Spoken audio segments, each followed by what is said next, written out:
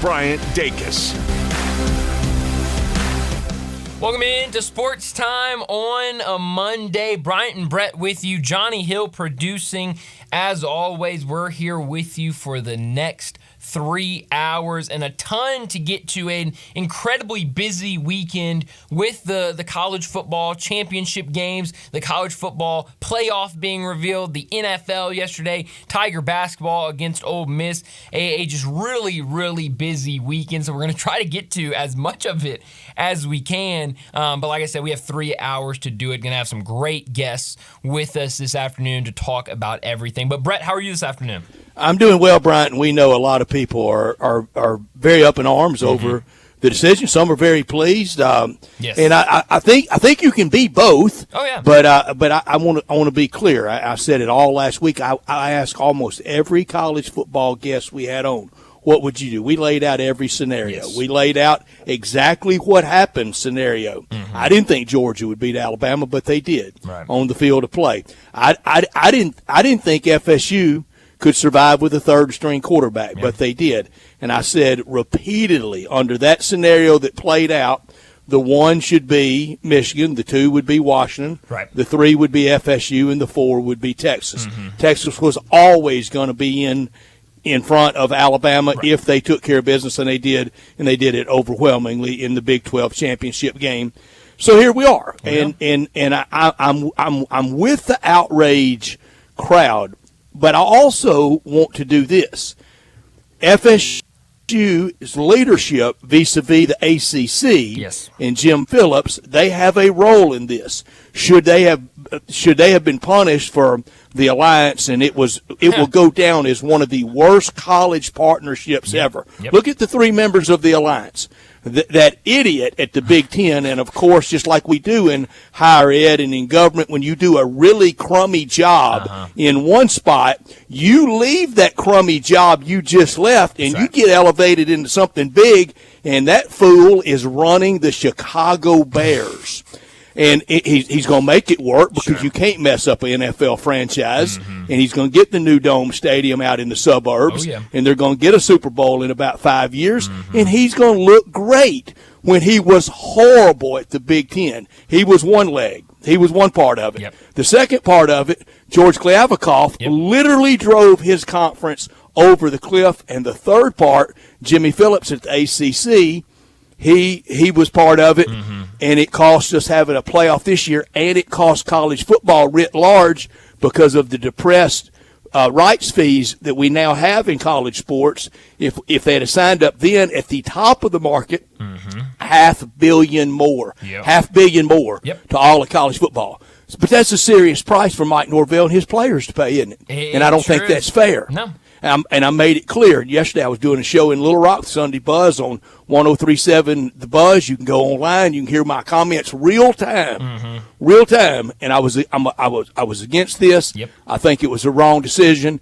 But the people saying this is the worst chapter in the history of college football. No. Come on now. Far from it. It's upsetting, I think. I think we can, as a majority, say that this is not the correct thing to do, but calling it the worst day in college football history is a little much. And Brian, all year I have railed against, and there are some prominent college football voices, people that I like, people that when I agree with, I agree with. When I don't, I try to do it respectfully.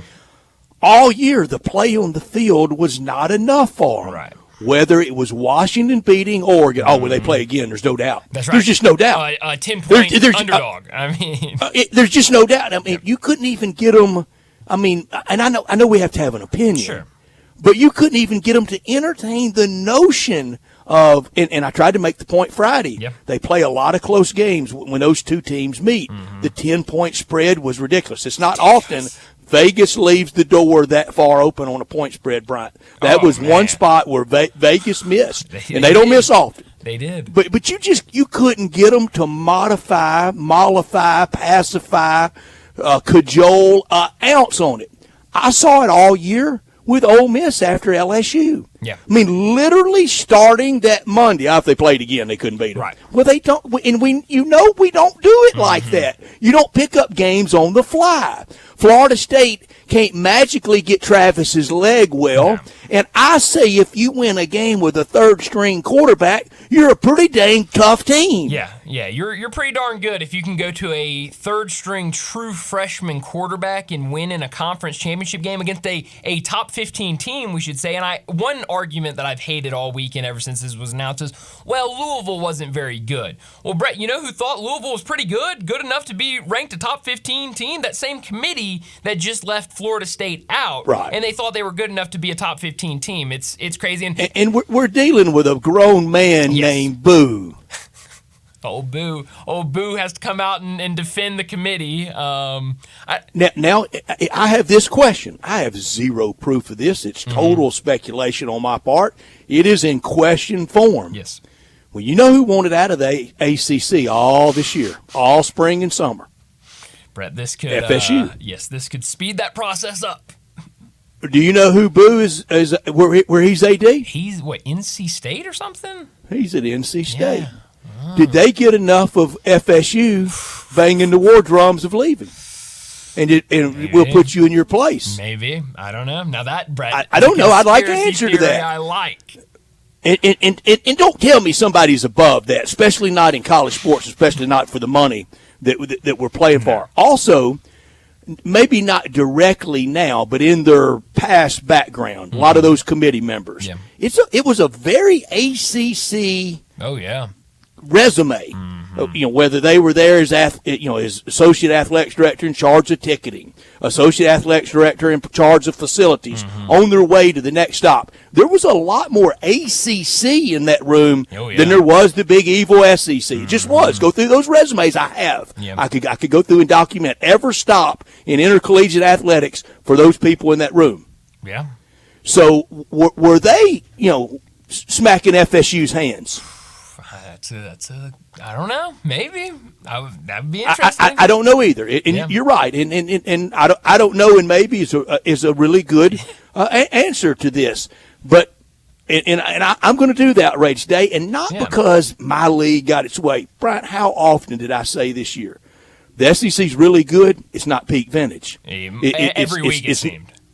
Every week. Yeah. It was not epic. I mean, look at Alabama struggling with a historically bad Arkansas team. Yep. I mean, now I think it is also fair to say that when FSU touts that win over Florida at Florida, now Tennessee couldn't win there, but FSU could. It was the worst Florida Gator team in 45 years. Yes. I think I said that a couple of times during the course of the year.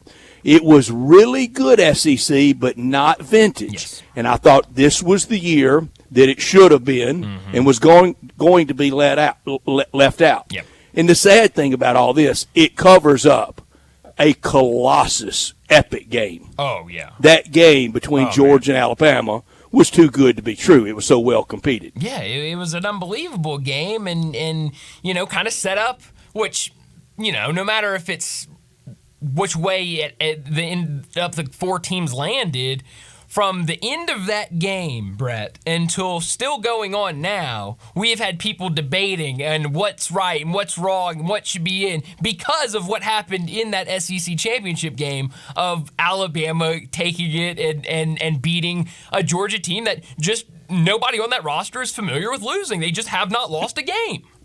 Now, I would tell people, that it took a prayer, an absolute answered prayer for Bama to beat Auburn. Oh, yeah. And what I would tell people, the week before New Mexico State trounced them right there at Jordan-Hare. It's different at the Iron Bowl. Yes, if you ever went to one, you would go, Brett, you're right. I promise you there's no feeling around that game like on that day. You truly can throw the record books out. But now we have FSU left out when they didn't have to be. This was going to be the year in 2023 that we started the 12-teamer. Yep. We didn't. Nick Saban had a great quote over the weekend, though, talking about the 12-teamer coming up next year. it won't be 2 seconds that people are complaining that's not 20 teams. No. And we have complained and complained and complained forever about how college football gets decided. And I heard Mike Greenberg this morning on his show on ESPN, and he was one of the most outraged, and I think some of the outrage is faux outrage. Sure. Paul Feinbaum is right about that. Some of it's way over the top. I think some of it's very sincere, and I mostly join with them on the sincere front. I hope. I truly did. I couldn't have said it more clearly. But anyway, Mike Greenberg said this morning that he threw out a crazy scenario. He goes, "What if the NFL got Jimmy Johnson and he named several other poobahs of the NFL sport and made up a committee of them to pick the playoffs." Yeah. Well, here's the flaw in that. Okay. It never ever has been done like that. No. And we've done it worse in college football than yesterday. Oh, yeah. Many times before. And now our friend David Cobb that will join us in about 50 minutes, he had a great tweet over the weekend, sometimes yesterday. It all runs together. And it could happen. Let's say Florida State goes out and puts it on Georgia in the Orange Bowl. Oh, yeah. And at the same time, I don't think you could do it to Michigan because they're undefeated, but you sure could to one-loss Texas, and you could do it to one-loss Alabama. AP voters, they vote for FSU. Yeah. We have split title. I'd be Jim Dandy by it. Well, Brett, I know as much as you like ties and all those sorts of things, it'd be one of the better days of your life, I think. I didn't mind it when we had it in the day. I thought we had more clarity then than we do now, and I'll give you a corollary to that. Remember when we didn't have replay and we just went right on with our lives and lived with it? Yes. And now that we do, we have more controversy with it. The more we've tried to perfect it.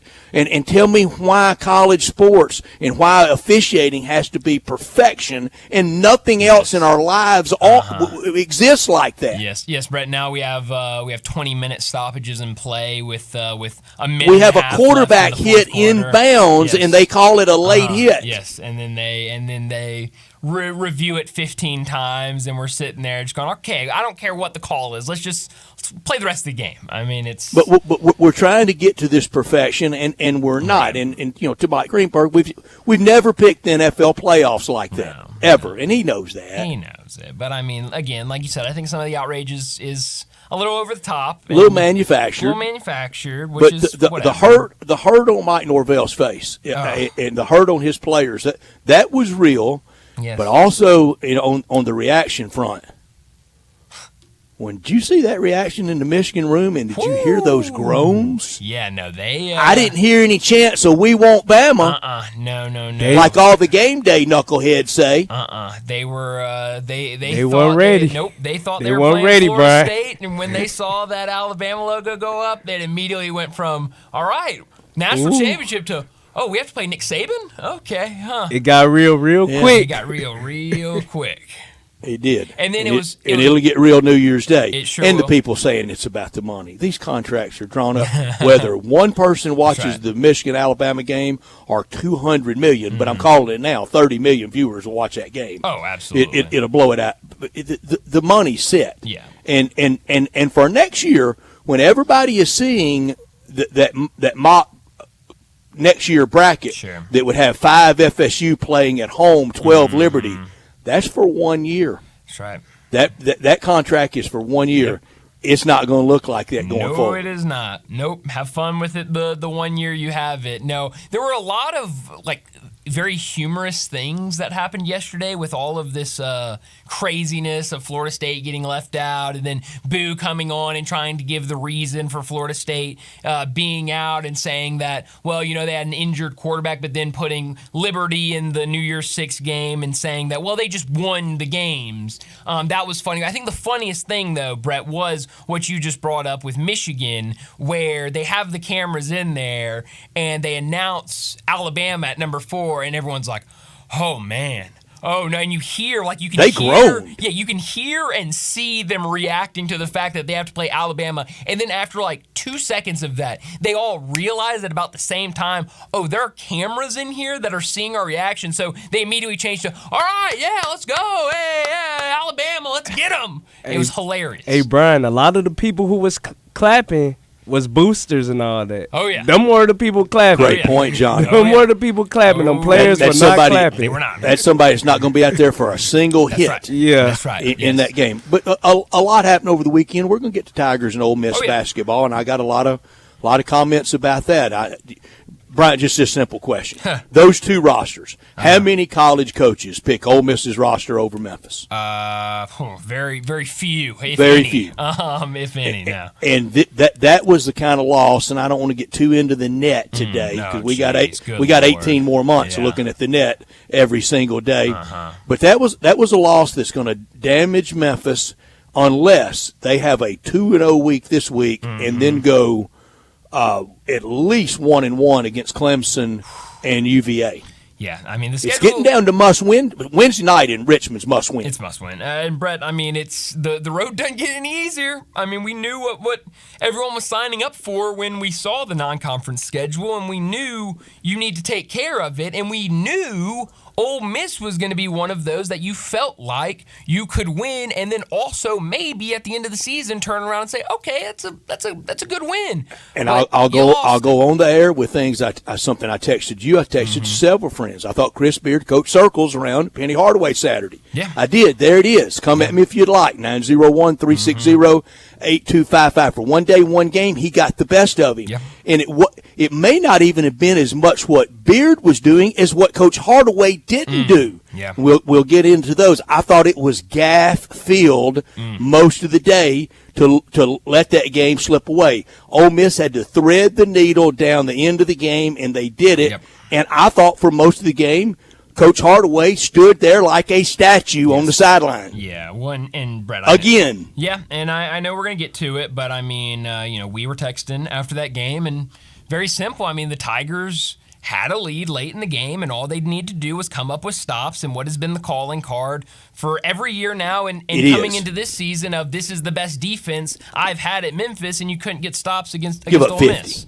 Yeah. Give up 50 in the second half, and never could get a hand in the face of some three-point shooters for Ole Miss, particularly the guard. It was. I thought it was coaching dereliction Saturday, and it makes this week very, very, very big. It was a great win for Ole Miss, huge, and it was about the only way they could win is just get it down and try to gnaw it out like that at the end. And Memphis with 11-point lead, and the fact that David Jones didn't touch the ball the last 550 of the game, that's malpractice. Yeah, I mean it's something, and we're Quinterly didn't know what to do. No. Time and situation, no timeouts. Yeah. That stuff you got to be drilling and practicing from August on. Okay, we're out of timeouts, 35 seconds play, whatever it was. And this here is a big take that I have on Tiger basketball in this early part of the year. Yeah. I don't think this is a shocking statement. Quinterly ain't close to Kendrick Davis. No. And, I think Johnny, we were talking about it before the show, and I thought Johnny had a good point of that shot Quinterly took, and we were talking about it. It looked like a shot you would take with 0.8 of a second left in the game instead a bomb. of 3.5, 4 seconds. With about to go off in his hand. Yes, and you had Ashton Hardaway in the corner, wide open, and maybe Ashton misses it, but I would like a shooter that has his feet set in the corner when you have enough time to get a pass and him to get a shot off. I would like that way. It seemed like he kind of rushed, didn't know how much time was on, and kind of situational awareness just wasn't there. Okay, master the obvious. Quinterly's not Kendrick Davis, and here's another one. Okay. I think Jordan Brown's a stiff, but here's what he will do. He will feast on AAC, and then the next time he kills you will be in NCAA. Yeah. Yes, yes, I agree with that. I agree with that. It's interesting with after what Jordan Brown did last year, and he had games against really good competition, and just hasn't really shown any of that this year. But we're going to talk about it later. This weekend was maybe one of the all-time weekends. And we're here all week. Yeah, we're here all week. Yeah, this isn't a podcast from our basement. We're here all week. Yes, this isn't a weekly weekly show. So we're going to get to all of it, and we're going to hopefully get to most of it this We didn't buy our time on Saturday, did we? No, we did not. No, we're here all week. But let me set up today's show before we get to top and not top story of the day. 3:30, Jonah Dillon, the Tiger football beat writer for the Commercial Appeal. He'll join us now that it's official. Tigers versus Iowa State again in the Liberty Bowl here in Memphis. The Tigers will stay home for their bowl game, so we'll talk to Jonah Dillon about that. We've also got to get his thoughts on the transfer portal, what's happening so far with the Tigers, what he expects to happen, and maybe some names to keep an eye on in the portal that the Tigers could go after. 3:45, we'll get back into this Memphis basketball conversation as they fell short against Ole Miss on Saturday.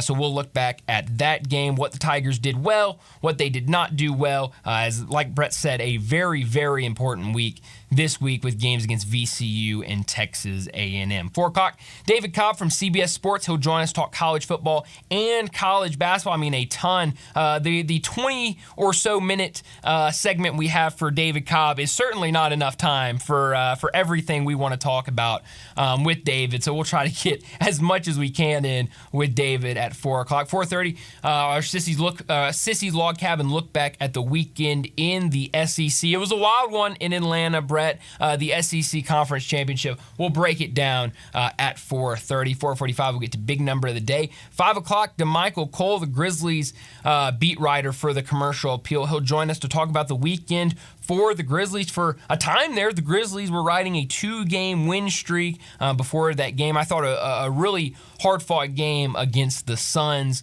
So we'll talk to DeMichael about everything going on with the Grizzlies right now. 5:30, we'll get to our Roost Chris Monday Night Football pick and preview. Also, our Big Four quarterbacks combined for both Jacksonville and Cincinnati. And then at 5:45, we'll wrap up today's show like we always do with Taco Bell Crunch Time. Let me remind you, we're in our Family Leisure Studios where family and fun come together. And it's December, so that means it's time for Family Leisure's Christmas sale. Excellent deals on pool tables, shuffleboards, and sauna. Tired of the sore from shopping? Check out the huge in-stock selection of hot tubs and massage chairs. Surprise your kids with a new arcade, game table, or play gym. Gifts for the whole family to enjoy. Also on sale, theater seating, outdoor kitchens and grills, patio furniture, and fire pits. Oh, perfect time to get a fire pit in your backyard. Merry Christmas from our family to yours. Family Leisure, 2120 Whitten Road, just north of I-40. Johnny Hill's our producer, Bryant Dacus, Brett Norsworthy with you, and we're with you until 6 o'clock. We're Sports Time. Call us, text us at 901-360-8255 about any and all topics. This hour of our show brought to you every day by Lexus of Memphis at 2600 Ridgeway and online at lexusofmemphis.com. The one and only Lexus dealership in town. Great offers on the very few remaining 23s. The 24s, they've taken over. It's officially 2024 at Lexus of Memphis, and always special leasing options. Call them at 901-334-9673 and drive in luxury and confidence, knowing that every new Lexus comes with complimentary first and second maintenance services. Stop by today at Lexus of Memphis at 2600 Ridgeway and put yourself in the driver's seat of the all-new 2024 flagship LS500, and you'll be driving in style. When you purchase a Lexus, you get top-of-the-line engineering and design, and they make for the luxury driving experience.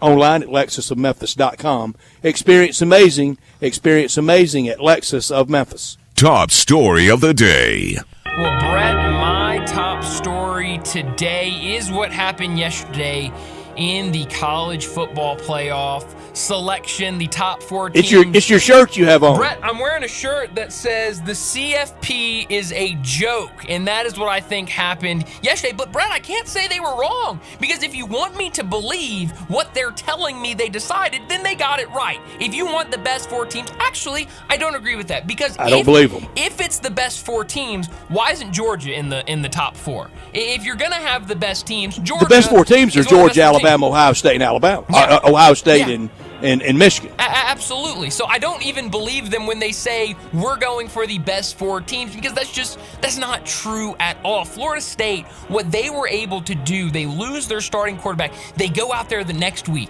and they win with a backup quarterback. Then they come out in the conference championship. It's announced the day of the game that a 3rd-string quarterback is going to play, and they still win that game.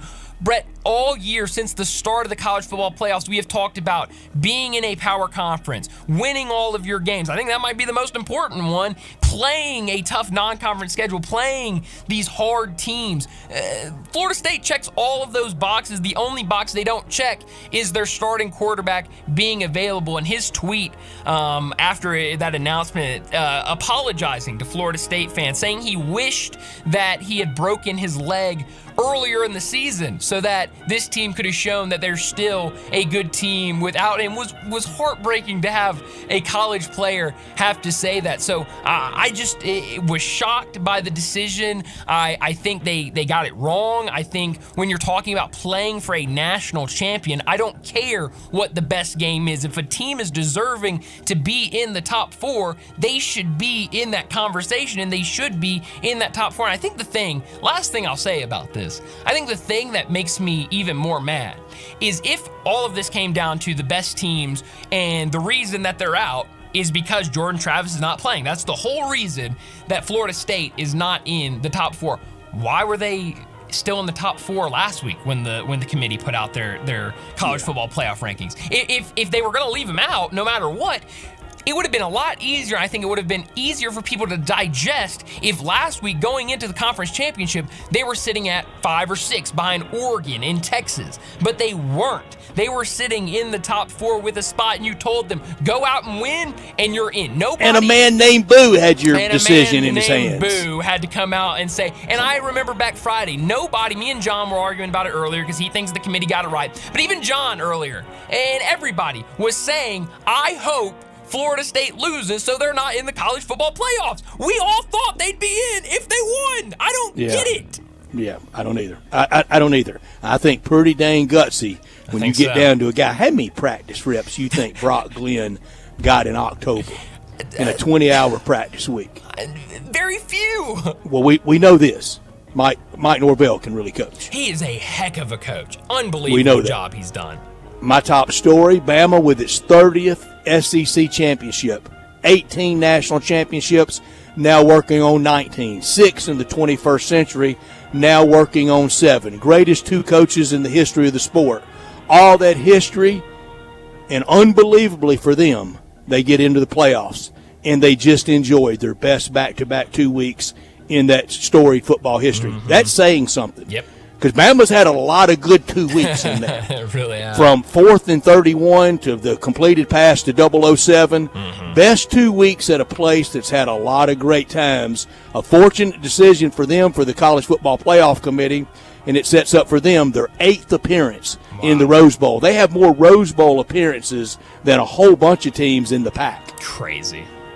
Not top story of the day. Well, my not top story of the day, my high school, Houston High School, won the state championship on Saturday. I've got to give them a shout out, a 24-9 win over Oakland. Oakland has won 3 straight state championships, 4 of the last 5 state champions, but Houston was too much for them to handle. This is an Oakland team that had 2,000-yard rushers that combined for 55 touchdowns on the season, and Houston made it look easy with a 24-9 win.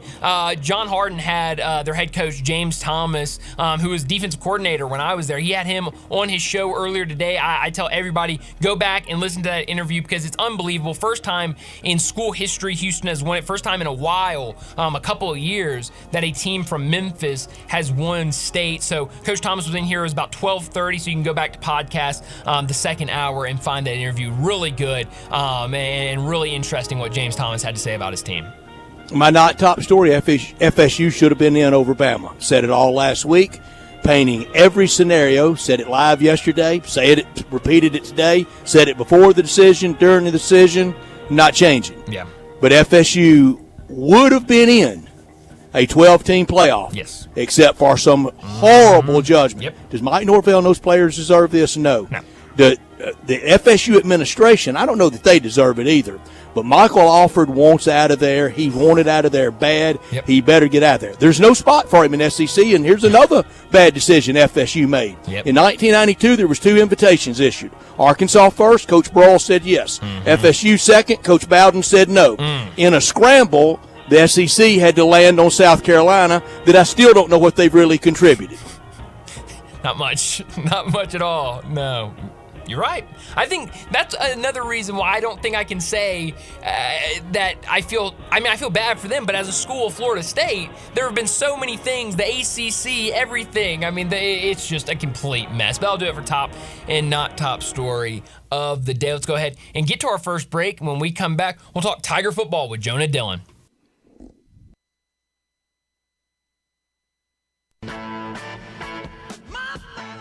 Start your day with Sports 56 Mornings with Greg Gaston and Eli Savoy. Weekday mornings from 7 to 10, right here on Sports 56 and 98.5 FM. Whether it's date night, a birthday, or just because, raise a steak in celebration at Ruth's Chris. Open in the Regalia Shopping Center at the corner of Poplar and Ridgeway. Treat yourself to one of our classic USDA prime beef steaks, seasoned and broiled to perfection. Then serve sizzling hot on one of Ruth's signature 500-degree plates. Visit Ruth'sChris.com to make a reservation. Ruth's Chris Steakhouse, Memphis. This is how celebrating more is done. 5-Ash Roofing, it's what we do. Roofing and siding, gutters too. We're the pros you can trust to get it done right. Call on us. 5-Ash Roofing, the name to know. 5-Ash Roofing, the only way to go. 5-Ash Roofing, it's what we do. 5-Ash Roofing. Is that not the corniest thing you've ever heard? Can you believe I paid good money for that silly jingle? Well, the experts say make it memorable, and I think I got my money's worth. 5-Ash Roof Services, proud partner of the Memphis Tigers and the official roofer of the Tigers home team. 5-Ash Roofing, 367-0050 or memphisroofer.com. 367-0050 or memphisroofer.com. 5-Ash Roofing, it's what we do. We're here for you. O'Reilly. Cleaning your fuel system can help your engine run better and improve gas mileage. Visit O'Reilly Auto Parts and pick up a bottle of Chevron Techron Fuel System Cleaner. On sale now. Buy one, get one free. Plus get 2 times O-Rewards points. Get more fuel-saving tips from the professional parts people at your local O'Reilly Auto Parts or visit O'ReillyAuto.com. O'Reilly Auto Parts. The season has changed. You know how I know? It's finally here, the Family Leisure Christmas Sale. Excellent deals on pool tables, shuffleboards, and saunas. Oh, we're just beginning. Tired and sore from shopping? Check out the huge selection in stock of hot tubs and massage chairs. Oh, and you can surprise the kids with the best stuff, like a new arcade, a game table, even a play gym. Gifts for the whole family to enjoy and enjoy together. Also on sale, theater seating, outdoor kitchens and grills, patio furniture, and fire pits. Merry Christmas from our family to yours. That's Family Leisure of Memphis. Every year we wait. They always deliver. They've done it again. The Family Leisure Christmas Sale is happening at I-40 and Whitten Road. That's 2120 Whitten Road to be exact. That's the place of shopping heaven.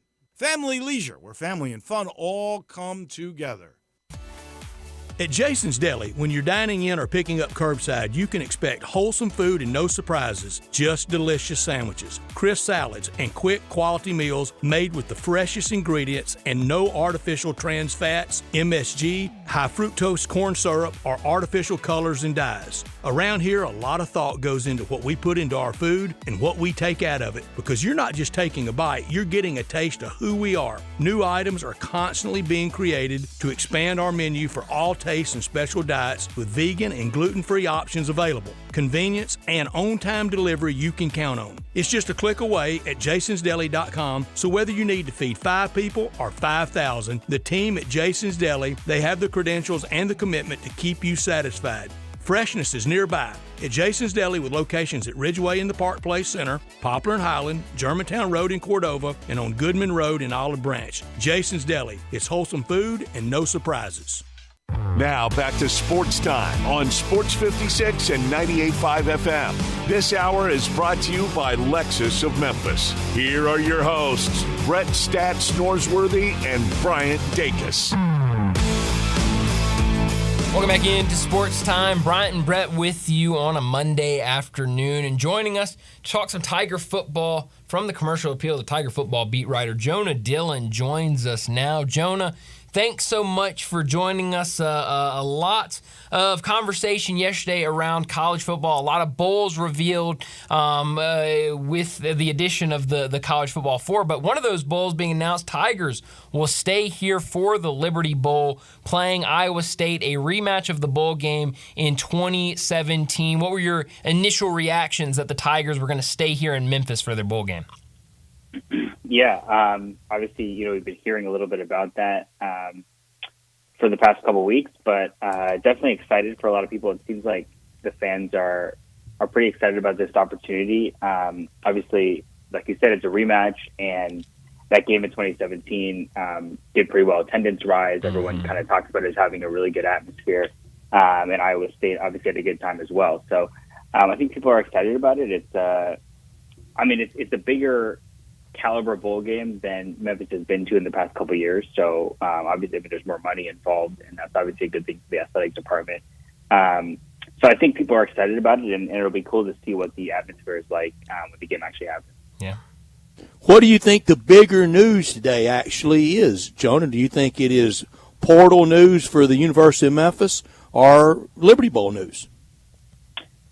Well, it depends what the portal news exactly is. I think it's been quiet for a little bit. I wouldn't expect that to keep up. I think it's portal. I think it depends on, we're seeing so much change in this conference and in college athletics. And like we've talked about, the Memphis could go to next season as a favorite. I mean, Willie Fritz leaving Tulane is huge news, right? Especially pending what happens with Michael Pratt, if he follows him or if he leaves. You're suddenly going to look at Memphis next season, and assuming that a lot of these players decide to stay, think about this is going to be the favorite to win the conference. And we know that being the favorite to win the conference means that you've got a good shot at the college football playoff next year. So with that kind of on the horizon, it almost feels like this roster movement over the next couple of weeks before the bowl game could have a huge effect on like the long-term future of this program. How much of that, the fact that next year going to a 12-team playoff and with the Tigers seemingly will be one of the top two or so teams in the conference, I mean, how much will that help in the transfer portal this year for Ryan Silver, trying to go out and he can kind of sell that of, hey, you come here and you're going to have a really good opportunity to play in the college football playoffs? Yeah, I think it's huge. I think being able to say, we have players coming back, right, to say, look, we have Seth Hennigan coming back, we have Rock Taylor coming back, and here are the pieces that we need, and this is the environment that we find ourselves in terms of the conference. And it's no longer, maybe we'll get to New Year's Six Bowl, things have to go right. It's like there's legitimate playoff aspirations that teams in the Group of Five are going to have. And just the way that this is all kind of worked out, like I said, with Willie Fritz leaving, UTSA obviously was a top team in the conference, but Frank Harris, their quarterback, is going to be gone next year. And SMU is leaving the conference. So those are the teams that were ahead of Memphis this season that now all have huge question marks. So if you're Memphis recruiting in the transfer portal, you're saying, look, we're positioned to do these things. If you're coming up from maybe a lower level, like this is the place that you want to be. And Jonah, we won't really know until we get to opening day next year against North Alabama next year. And the early part of the schedule for the Tigers next year, I think difficult. North Alabama in the opener in the week 2 at home against Troy and John Summerall's team, and we know what they've done the last 2 years under John. And then they go to FSU, and I think FSU's rightfully going to be mad at everybody. so you can't blame them. But there's a very real chance at the end of spring when you're kind of getting the mold for next year's team with what is being lost at other places, including other places leaving. And you mentioned Willie Fritz and Tulane. That's kind of been the standard bearer. Next year, with the potential of that playoff bid of being a 12 seed, it's really going to exist, and that will only ramp up the pressure on Ryan Silverfield. Yeah, especially like with all those things. I mean, if you go into a season, it's crazy to imagine, and I'm kind of preempting like maybe all the articles I'm going to be writing in the summer, but imagine a couple years ago setting up a Memphis football season and saying like this is it, playoff or bust this year, right? It would be crazy. Yeah. And yet, if we look at what everything's going to look like, I've got my eye on that scheduling alliance with those Pac-2 teams and the Mountain West, because I think there's an opportunity for somebody there to end up with a pretty strong resume. But it's a good point. The AAC champion is going to be, and obviously we saw last weekend that the AAC is not automatically going to get this spot, right? Liberty jumping SMU for the Group of 5 spot. But with all that said, Memphis at least has the opportunity, like you said. If you go to Tallahassee and you win that game, you're going to be undeniable. Sure. So the opportunity is going to be there, and the expectations are going to be really high. I think we can already say, no matter what it exactly looks like and how high they are, they're going to be high going into next season. Jonah, when you look at this roster in its current state, what are the biggest needs for Ryan Silverfield and his staff to target in the transfer portal this year? Yeah, I think some offensive line help is going to be necessary. Davion Carter, obviously, is the starter. It's going in the portal, and there's some uncertainty about some other guys on that offensive line. Jacob Lex is a senior. I believe he has one more year of eligibility, so we'll see what his decision is. But he's been a huge key for the whole team at center and a really steady piece. So we'll see what happens there. I think running back is going to be another one. Obviously, there's some guys behind Blake Watson. Sutton Smith is the one that stands out who are still around. But losing Blake Watson, obviously a first-team all-conference guy, is going to be a big loss. So I think that's one. And then I'd like to see, I think, strengthening across the defense. We saw in the back half of the season, it wasn't great. They won a lot of games, but there were definitely some problems. And I think there's plenty of opportunities to find some guys to replace, obviously Simeon Blair was a senior. He was a big leadership guy on this team. He's going to be gone. And there's a lot of other spots. Jalen Allen also at the front of the defense. So there's a lot of leadership spots that need to be filled on the defense. And I think they're probably looking at it as like, let's bring in some bodies here to just get some competition for a lot of these places. How different do you think the roster will look for the Iowa State game, and how different will the two deep look? Are some of these players that are going into the portal, does that mean I'm out of here now, or I'm out of here after the bowl game, or a mix of both? Yeah, it's not always clear, and we'll try to get some more clarity on that as we get closer. But I don't think it's going to be that different. I think the guys that are leaving, we've seen some depth guys so far. Obviously, Davion Carter would be a big loss. But I think it'll be similar. And then it's just a matter of, that's a long ways from now. So a lot can change. And also, by then we'll probably have some idea of guys that are coming in for next season and what spots they're going to look to fill. But I feel like knowing this opportunity and how big this is going to be for the team and for the city, the roster will be, I would expect it to be pretty close to the one that we've seen all season. Yeah, I think you're right. Talking to Jonah Dillon, the Tiger football beat writer for the Commercial Appeal. Jonah, I know a lot of people, and you've said it multiple times on our show when you've come on, about how the backup quarterback is the most popular player on the team to the fan base, but Tevin Carter entered the transfer portal, I guess officially today, but that has been out for about a week now that he was going to enter the transfer portal. Where do you see a guy like Tevin Carter ending up? Yeah, it's a really good question, and I'm really, he's the one that I'm interested the most to see where he goes and how he does. Like I've talked about with you guys all season, people have been clamoring to see Tevin, and it makes sense. Obviously, there's that. Like I said, he's the most popular player, but also being a local Memphis kid, that makes the fans so much more invested. If you look at when he was in high school, it was a big deal that he decided to play for the Tigers because he had high major offers, and it's interesting to see in this case, you look at a guy who had those offers and they can still see what his skill set is. Obviously very limited time actually playing in college. And I wonder what coaches at other places see and how they're able to evaluate him, because there's not a lot to evaluate in the past 2 years. And for that reason, I really think it's wide open. I wouldn't be surprised if he went to maybe a high major school and competed, or if he is looking, hey, I want to go somewhere where I know I can start right away. maybe it's a lower level, or maybe it is a higher level. I mean, they've seen, I don't know, you could take what you want. Obviously, he had that one game where he comes in, throws an 85-yard touchdown, and then the next game he comes in for one play and throws an interception. Right. So just show the coaches the film of the first one, and maybe they'll want him.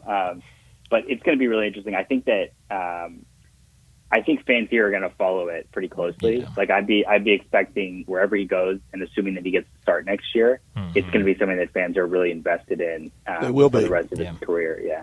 Yeah, I think you're right. It's going to be interesting to see how it plays out, and interesting to see what happens with this Tigers roster with the transfer portal now officially open. But Jonah, thanks so much for joining us. We'll do it again next week. All right, thanks for having me. Thanks, Jonah. Thank you, Jonah. Jonah Dillon with us from the Commercial Appeal, talking Tiger football and hometown team in the hometown bowl. We'll talk a lot more of that in the run-up. But what's the beer Iowa State likes? Is it? I don't remember. I've heard it all day. Pabst Blue Ribbon? No. I don't know. Takes a real man to drink Pabst Blue Ribbon. Yeah, no, it's certainly not that. I don't know. I'll look it up. You drink Pabst Blue Ribbon, you're tough. Yeah. I guess you got to get through those winters. I don't know what it is. I don't think, is it Bush? It might be Bush. I don't know. I couldn't tell you. I've literally heard like 15 people say it in the last 2 days, and I can't even remember now. Yeah, look, for the holidays, I know so many people enjoyed the Thanksgiving holidays with the great food from the commissary, the turkeys, the hams, all the sides, all the fixings, everything. Let them do it, and you need to do it for Christmas. If you didn't for Thanksgiving, this is what you should do. If you did for Thanksgiving, you're going to do it again come the Christmas holidays. Here's the number, 901-754-5540, or go online at commissarybbq.com. That's how a lot of people preferred to do it in ordering for Thanksgiving, and you can do it again for Christmas online at commissarybbq.com. 901-754-5540. A range of options, price point for everyone there, whether it's two people or you have a really, really big gathering. They will take care of you, and they always take care of us with that Memphis barbecue.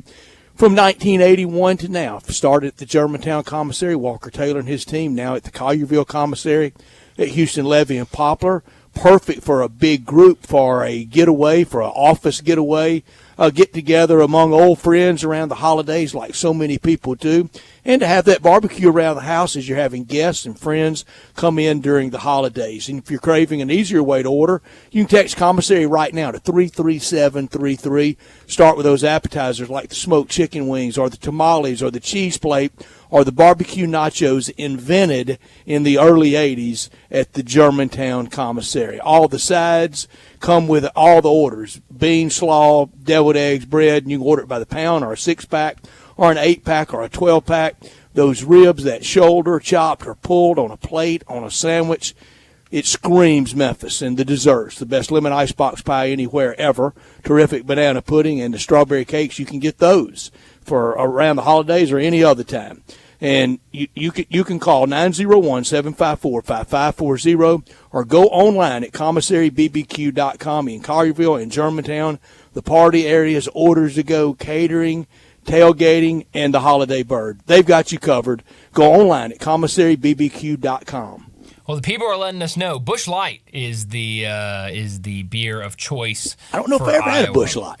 I had Natural Light. Yeah, Busch Light. I drank a lot of Busch beer, but no Busch Light. No Busch Light. Well, hey. Did I miss anything? I don't think I did. I don't think so. But, hey, when the Iowa State fans come around, we'll get you with them. Come on down. Welcome down. You can ask them what all you've been missing. But let's go ahead and get to a break, because when we come back, we got to talk a little bit about what the Tiger basketball team did over the weekend. A loss down in Oxford. We'll talk about that game next on Sports Time. Be sure to follow us at Sports56 WHBQ on Twitter, Facebook, Instagram, and YouTube to watch live video of our shows, stay up to date with station events, and have chances to win prizes. Don't miss out on anything that's going on. Follow us at Sports56 WHBQ. At Genesis Diamonds, we're rolling back prices and finance rates so you can get that special someone the most special gift ever. Maybe it's that pair of diamond earrings, or that all-new designer fashion bracelet, or that dazzling 2-carat diamond ring. It's all more affordable because at Genesis, we've got special pricing across the board and 0 interest for 5 years. So you can get that $3,000 diamond pendant and pay just $50 a month, or that $6,000 eternity band for just $100 a month. Everything's included in this amazing holiday offer. All our GIA certified natural diamonds and all our lab-grown diamonds, even all our luxury pre-owned Rolex watches. Imagine that $15,000 Rolex for just $250 a month. You can even finance the sales tax. Don't let talk of rising prices and high interest rates dampen your holiday spirit. At Genesis, we're lowering prices and taking interest rates down to 0. Get that headliner gift they deserve and make your money go farther than ever. Merry Christmas from Genesis Diamonds at Poplar and Perkins Extended on approved credit. It's all net. It's through the goalposts. It's a line drive over the center field fence. It's in the cup for a birdie. Your house has closed. All great things to hear, but you need real athletes to have success, or a realtor with fine-tuned business abilities to get you to the closing table with what you want when you want it. I'm Sheldon Rosengarten with Mark's Bensdorf Realtors, and my clients have told me that I am that type of real estate athlete. My goal is to not only fully protect my clients, but to also have a winning transaction. I adapt to whatever the field conditions are. Rain, sleet, snow, bad inspections, low appraisals. Whatever happens, I'm on it. That's why people often say that when you want the job done, call Shell Done. Find out about my highly successful strategic marketing program with the Shellbucks option, and you will want me to be your point guard, your leadoff hitter, or your quarterback. I'm reachable at 682-1868 or memphisrelocate.com. At Shell Done Rosengarten, 682-1868 or memphisrelocate.com. Do it now. Bartlett Small Engine has been serving quality power equipment since 1970. They have a full line of power equipment, parts, and services for most makes and models. Bartlett Small Engines has the best brands in the power tool industry, and they're all American made. Bartlett Small Engine is your can-do store. 6780 Summer Avenue. Call 901-386-9779. Bartlett Small Engine has free pickup and delivery both at your home and curbside for lawnmowers, blowers, edgers, and any small engine. Call 901-386-9779. If you need glass replaced, there's only one name you need to know: Binswanger Glass, the largest full-service glass company in the U.S. They've been an industry leader for over 145 years. For all your residential, commercial, or auto glass needs, Binswanger Glass is the name you need to know. 24-hour emergency service for all commercial customers, plus a nationwide warranty on all professionally installed glass. Visit Binswanger Glass in Midtown at 340 South Hollywood, across from the Liberty Bowl. Visit binswangerglass.com. Binswanger Glass. You or someone you know or care about has dealt with a difficult divorce. When facing divorce, you need the attorneys at Rice Law. Nick and Larry Rice lead the firm with 3 generations and 7 decades of experience. Located in Memphis, serving the entire state of Tennessee and North Mississippi. Rice Law is who you need to call. Simple or difficult divorce, they know how to handle it. Call Rice Law at 901-526-6701, or for more information, visit them at aboutdivorce.com. That's aboutdivorce.com. Now back to Sports Time on Sports 56 and 98.5 FM. This hour is brought to you by Lexus of Memphis. Here are your hosts, Brett Stats Norsworthy and Bryant Dacus.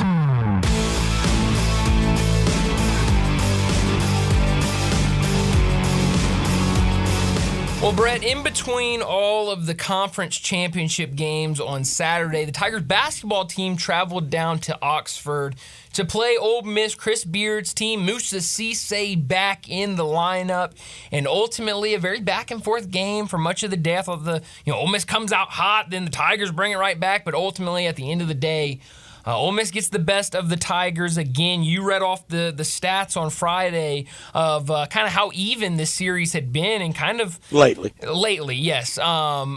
Historically not. Right, but lately, especially in Oxford, has been very Ole Miss favored. Yeah. Now, when a long stretch, when people say, they are correct that Memphis hadn't won in Oxford since 2005, went the long stretch when Calipari would not play. And Calipari not only wouldn't play, made Oxford and Fayetteville and Starkville sound like Hooterville, and ran it down and got a lot of cheap laughs out of it. Now he blows it up as it's lower Manhattan and they're playing at Madison Square Garden, when he goes in there at Kentucky, and it did real damage with a lot of neighborhood places on playing, not only in football, or not only in basketball, but also in football. But damage done, and I knew it at the time that Calipari was doing that. When he's out of here, what are we going to have? And I do think people recognize at least Ole Miss will play in basketball. Yeah, that's way ahead of what Tennessee's doing. Yes. And Arkansas is getting ready to start back in football after some real heated years. But anyway, I digress. Two Saturday. Tigers absolutely gift wrapped that game down the stretch, and Ole Miss accepted it. And Ole Miss did a good job. And I thought, I'll say it again, I thought Chris Beard ran circles around Penny Hardaway on Saturday. It was the only way to get out with that kind of win, was to win it in that style. Up 11, they've got to put them away. I think the rotations are too big. All this 10, 11, 12 men, a roster as far as the eye can see, only one ball. And I hinted at it because I've heard it so many times before. I know it's garbage. You got to get down to about 7 cats you can count on. Yes. I mean, you got to. And we knew kind of coming in that it was going to be very hard to do that with this team because of all of the talent that Penny Hardaway brought Everybody in. wanting their shots. Everybody's got to have their shot. And, we're seeing it. And then here's an example. Here's an example of the summertime. And this may have been, we had a really quiet summer a year ago. And look what it produced. Yeah. The best Penny Hardaway team since he's been there. That's right. We had the loud summer of 21, the quiet summer of 22, and the loudest ever summer of 23. And we would hear the names rattled off, and we would hear players that could contribute. Has anybody checked on Carl Sharon Font?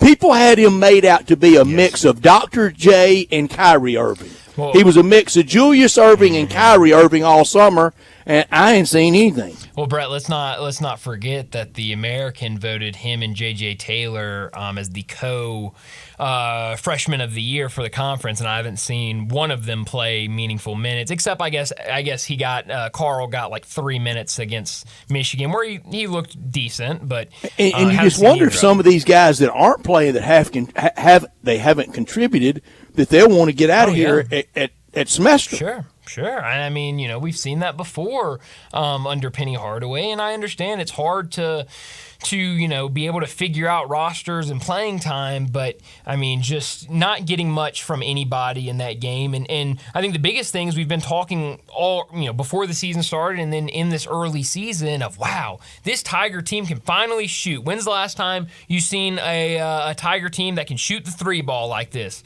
And they shoot 16% from 3 against Ole Miss. But yet kept heaving them. 18 3-point attempts in that game. Here's a fundamental part of coaching. If you're not making it from 19, scoot into 16. Yeah, scoot in a little bit. Brett, they took 18 and they made 3. Yeah, the whole game. That was bad. Now, am I surprised? No. In our preseason predictions, I had the Tigers at this point 5-2 with 1 loss in Atlantis and 1 on the road to Ole Miss. And yes, the day before Atlantis, we even picked the bracket, and I had Memphis beating Arkansas. That they did. Atlantis, some of the shine is starting to come off Atlantis. It is from pretty much every team. Now it can get re-shined up, absolutely. But some of it is coming off, and it's why it makes Wednesday night at VCU critical, Sunday afternoon at College Station critical, and then at least a split with the ACC 2-game homestand. And when the Tigers get back home against Clemson, it'll be the first time since the Alabama State game they will have been at home. That's almost like a new opening night. You're right. I mean, it really will be. But, no, I think a lot of people are disappointed. Now, I mean, give Ole Miss credit. A 7-0 start to the season. They did not give up at home. It was a great environment. I think Chris Beard already getting the ball rolling in massive ways. Chris has paid for himself already. I mean, absolutely. One of only 14 teams that remain undefeated. Now, you go to Memphis fans talking about being Ole Miss's Super Bowl. Oh, please. My goodness. They go to Rupp Arena. Oh, man. They go almost every year. They play their two biggest rivals, Mississippi State and LSU. They play Arkansas. Get over yourselves. It wasn't their Super Bowl. No. The sold-out crowd was not a response of Memphis coming in town. It was a response to this team being 6-0 and Chris Beard bringing a lot of energy. And hope springing a tournament. And hope, exactly. And they got exactly what they came to see on Saturday. So I give all the credit to Ole Miss, but I think a lot of Memphis fans felt like this was a game that you could go and get a good road win against an SEC team, and they just weren't able to do it. But, Brett, like you said, VCU on Wednesday for the Tigers, Sunday against a really good Texas A&M team. It's going to be tough, but we'll see what they can do this week, see if they can bounce back from those results this week. And let's get to a break. When we come back, we'll talk college football. We'll talk college basketball with David Cobb.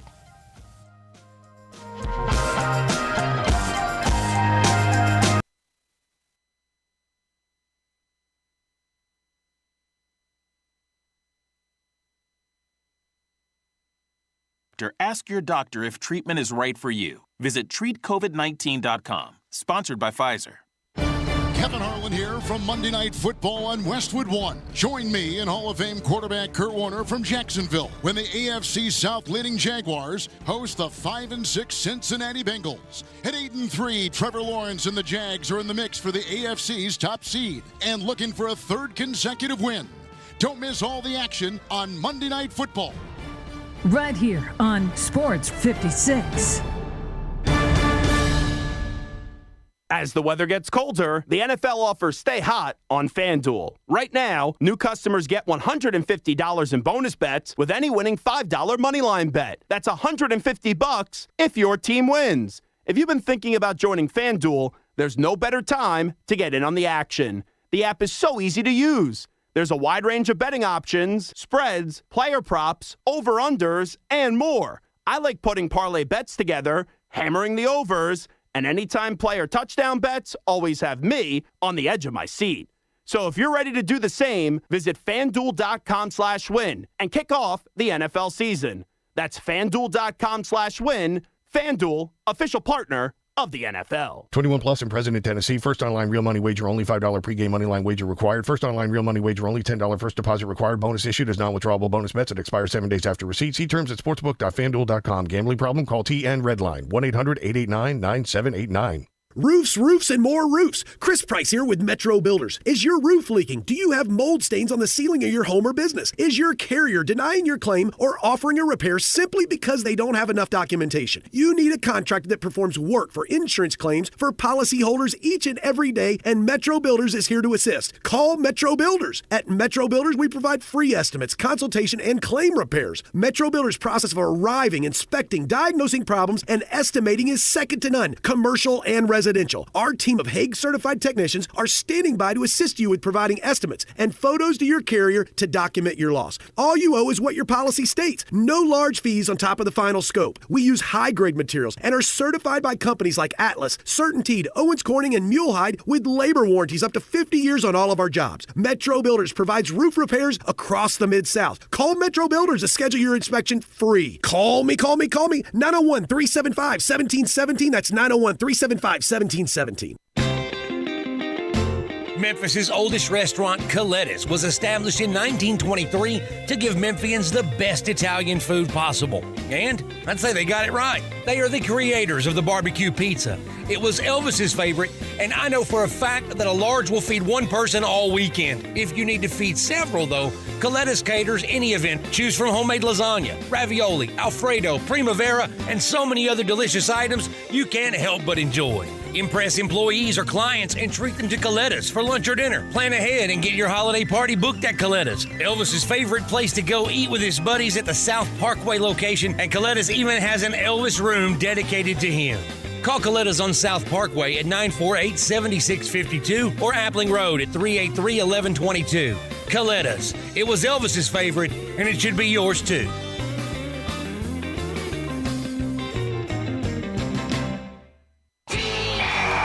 Fill your game day cooler with the refreshing taste of Twisted Tea Hard Iced Tea. Smooth, real brewed tea with a 5% kick of alcohol. Look for the bright yellow cans. Twisted Tea. Keep it twisted. Twisted Tea Brewing Company, Cincinnati, Ohio. Please drink responsibly. We are Sports 56, WHBQ Memphis, and W253DF Memphis, Flynn Broadcasting Stations. Joining Brian and Brett now on Sports Time is National College Football writer for CBS Sports, Memphis native and Tennessee grad, who you can find on Twitter X at David W. Cobb. It's David Cobb. Welcome back into Sports Time. Brian Brett with you, and David Cobb from CBS Sports joins us. I'm always excited to talk to David Cobb, but yesterday, after everything that went down over the weekend, I've been looking forward to talking to David all week. And David, I just want to put this out there first. I didn't want people to have to ask me what side I sit on in this debate of the college football force. So I'm wearing a shirt today that says the CFP is a joke, just so everyone knows what side I'm on. What did you make of the decision yesterday by the committee? Yeah, I think it's sad to see undefeated ACC champion Florida State left out, to see a team punished even for overcoming the adversity of losing not one but two quarterbacks, and to keep on winning in spite of that. Mm-hmm. And, hey, the kid's from Memphis, too, who won the game for him against Louisville. I mean, he didn't necessarily – the defense won the game for him, but he did enough to get his team across the finish line, and that should have been team enough. Sport.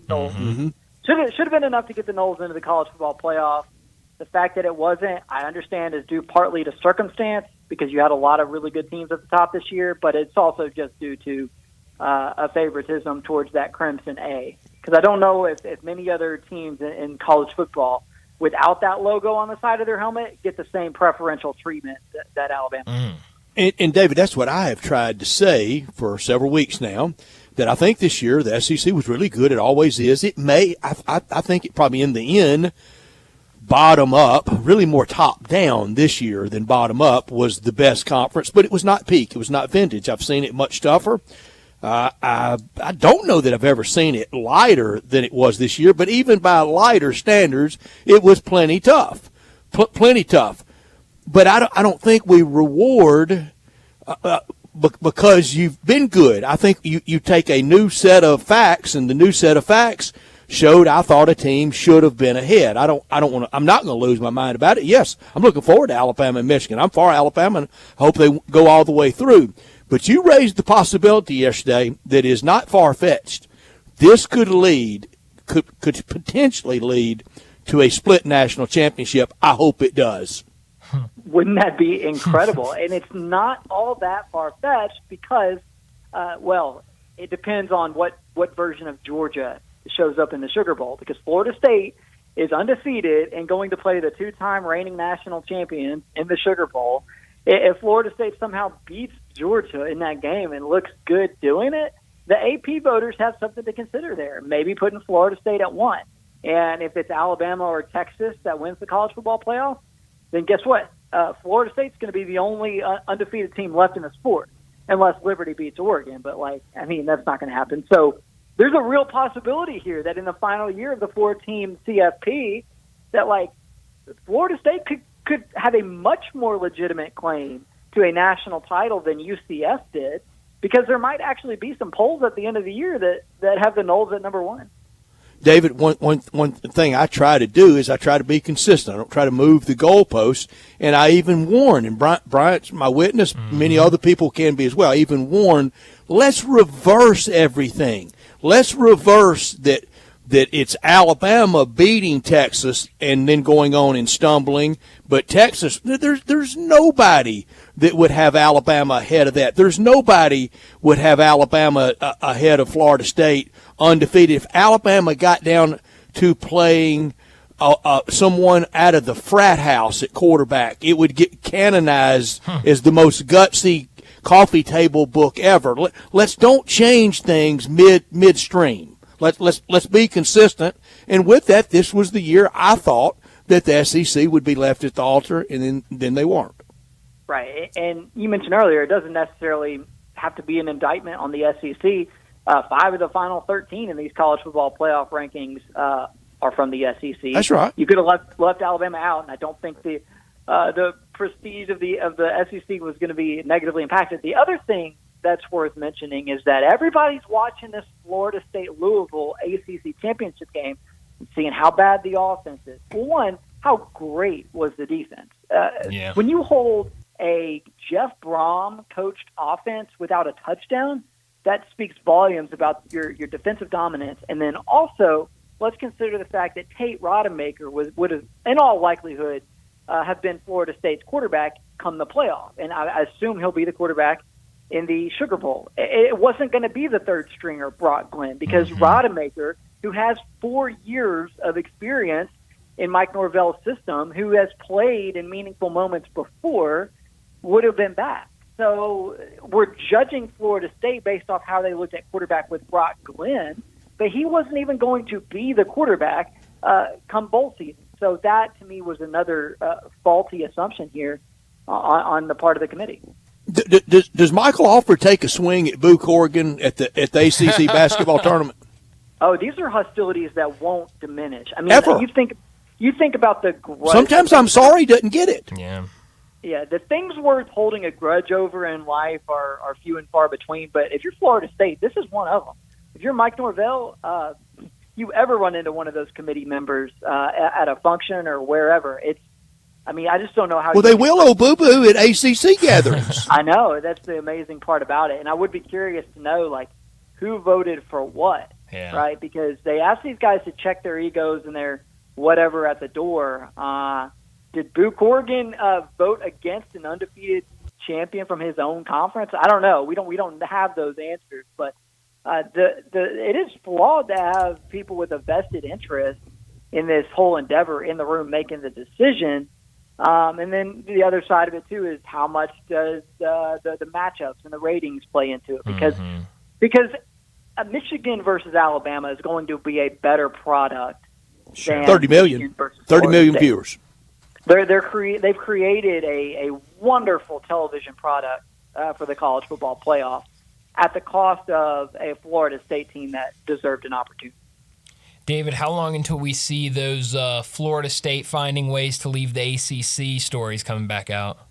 These are only going to, what we're experiencing, it's only going to ratchet up that desire for FSU to leave the ACC. They've been trying to get out of there for the last year plus amid all this conference realignment. They've struggled to make traction on this, but this might be the straw that breaks the camel's back. And they might look around and say, you know what? Texas A&M can pay $70 million to get off of Jimbo Fisher.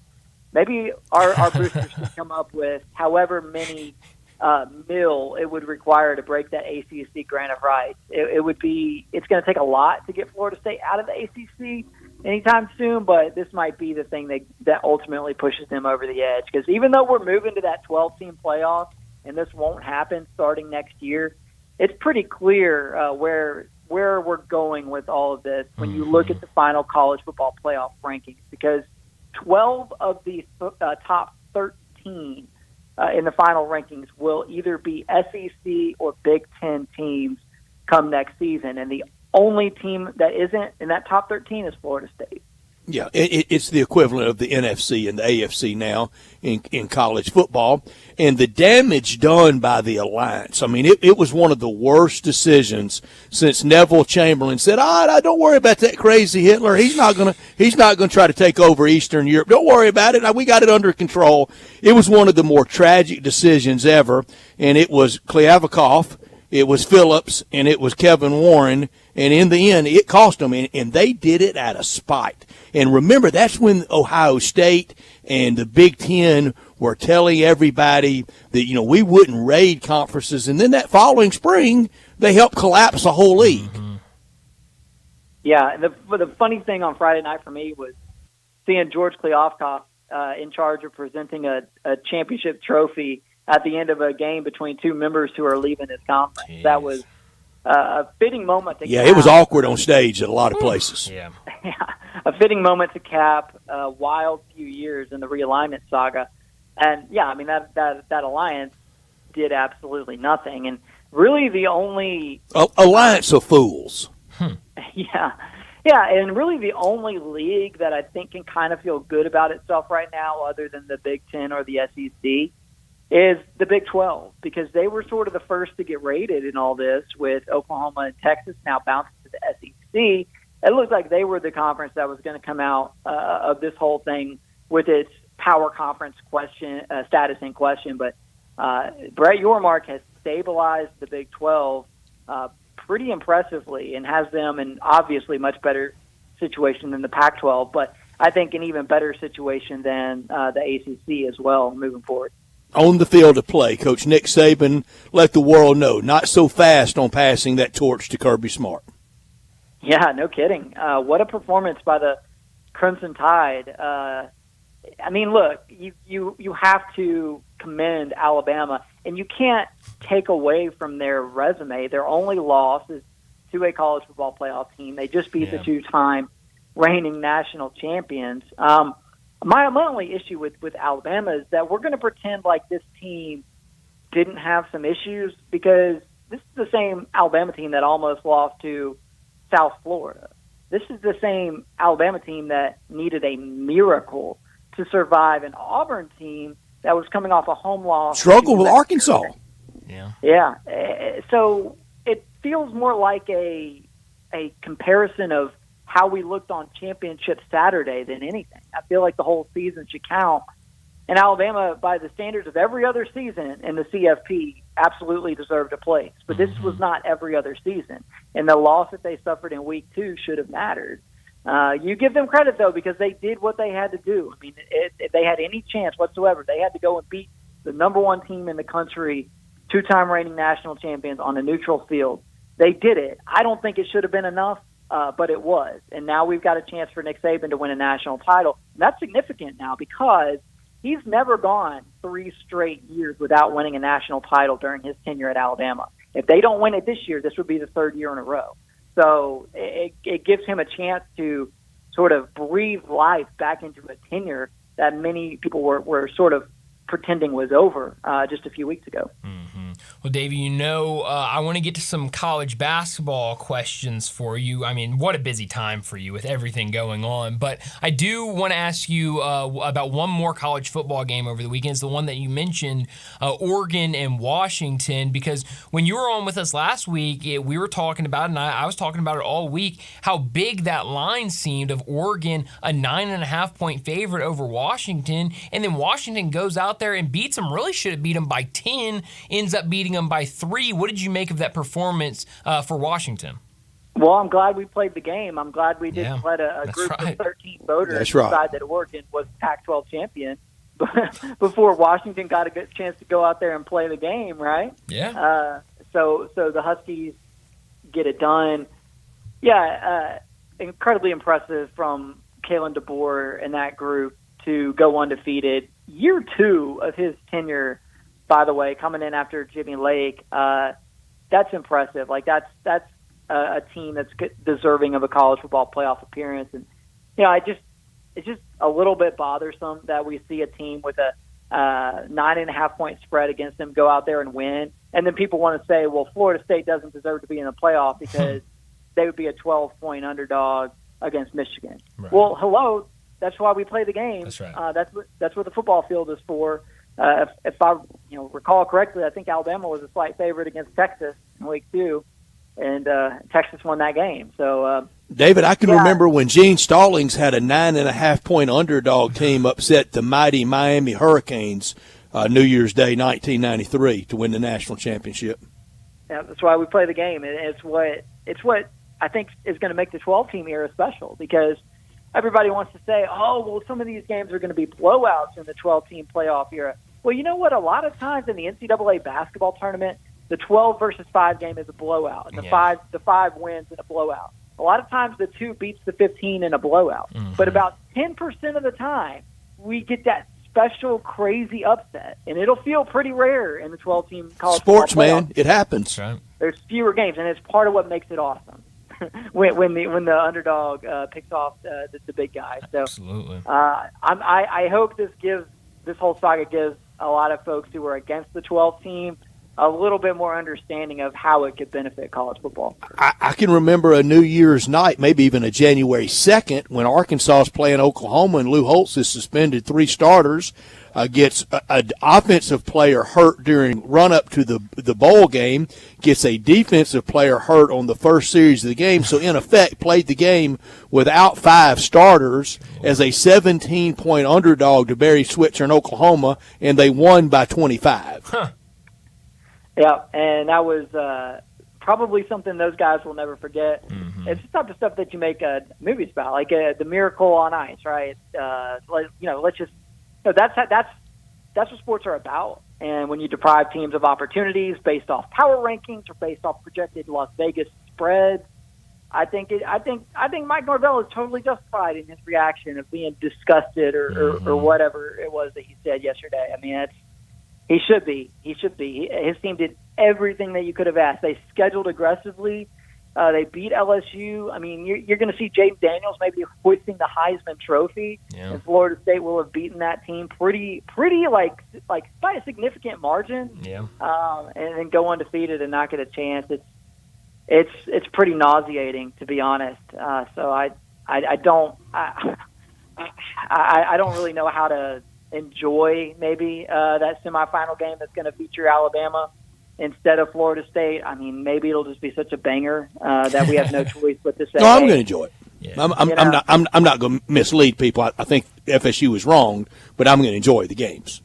Well, it just also makes you like kind of pull for Florida State a little bit in the Sugar Bowl to like go out there and show the country that, hey, we should have been given an opportunity. Because if they beat if they beat Georgia, I mean that's as impressive as any win in college football this season. So yeah, it really is. Talking to David Cobb from CBS Sports. He joins us every Monday to talk college football and college basketball. David, what did you make of Ole Miss, a undefeated Ole Miss team, beating Memphis 80-77 on Saturday in the midst of all of these conference championship games? Wow, holy smokes, and still not ranked, right. Ole Miss either. Of course, Memphis wasn't ranked either for whatever reason. So, I mean, we're just nobody around the Mid-South getting any respect right now, I guess. But now, Chris Beard seemed to have the arena rocking. I mean, that's what stood out to me the most was that atmosphere, the way he was pumping up the crowd. I can't imagine there's been a better atmosphere at an Ole Miss men's basketball game in quite some time. So a missed opportunity for Memphis, but plenty more coming up. That's what I love about this Memphis schedule is that Penny built in enough chances for his team to suffer a couple of losses and still be able to assemble a resume. But I'll tell you what really surprised me from this past few days in college basketball, there were a ton of upsets around the country, including Villanova losing again. Well, a Big Five game, though. I mean, you got a little asterisk beside it. I know, but they've been so bad in those Big Five games this year, and those are going to hurt them. Different brand of basketball. It is. But anyway, that drags down Memphis's resume a bit right now. But it's early December. Like there's still time. I'm nowhere near the panic button on Memphis. I think, given where they are right now, they're still in good position. So long as they beat a couple of A&M or Clemson, Virginia, right? Like, you got these games. As long as you win a couple of them, you're going to be feeling okay about yourself. I'm not near the panic button, but I am wanting to know the map to the panic button room because I have seen this now for 5 years before this year, and I'm seeing shades of it this year. I see the same thing, and now today some reports of people needing their shots and maybe chemistry's not that great. When we were told 6 and 8 weeks ago, David, that the chemistry on this team was better than the Walton family on the 70s TV series, it was better than any group. We hear this every year, that chemistry and the adaptability and the portal. We got all this. The least we ever heard it was last year, and they did it and didn't tell us about it. Well, I'd be a little annoyed if I were Jordan Brown, a highly coveted transfer, one of the best players in the Sun Belt last year. Guy's been a major contributor at Arizona as well during his career, and he's really not being used at all. Maybe there's reasons that I'm not aware of for that, but when you look at what he's contributed, I wouldn't be surprised if he's unhappy with his role, and maybe he's justified in that, given what he was promised or told coming in. But this rotation is still really deep for Penny Hardaway right now, and that's kind of one of those conversations you end up having around this time of year with most teams is who are the 7 or 8 that we can really rely on and go to battle with come conference play. Penny's still playing 10 or 11, so that's a natural question. I don't think that's any surprise that they're navigating that right now. I guess the thing that maybe sticks out to me the most is that I just don't feel like this team is quite at the Penny Hardaway defensive standard, because I feel like Memphis has been a very good defensive team during his tenure, but hasn't been so far this season. Mm-hmm. So that's fixable though. I mean, that's something that they can get a lot better at. So hopefully they do, because they got some big games coming up. Yeah, they absolutely do. I wanted to ask you about this team, David, last week, and we ran out of time, so I've got to ask you about him this year. Preseason number 36 on KenPom. Today they're up to number 8, BYU, a 7-0 BYU team. I was very high on them before the season started. I didn't think it would happen like this, though. What have you made of BYU's start to the season, and can this start carry into a tough Big 12 conference?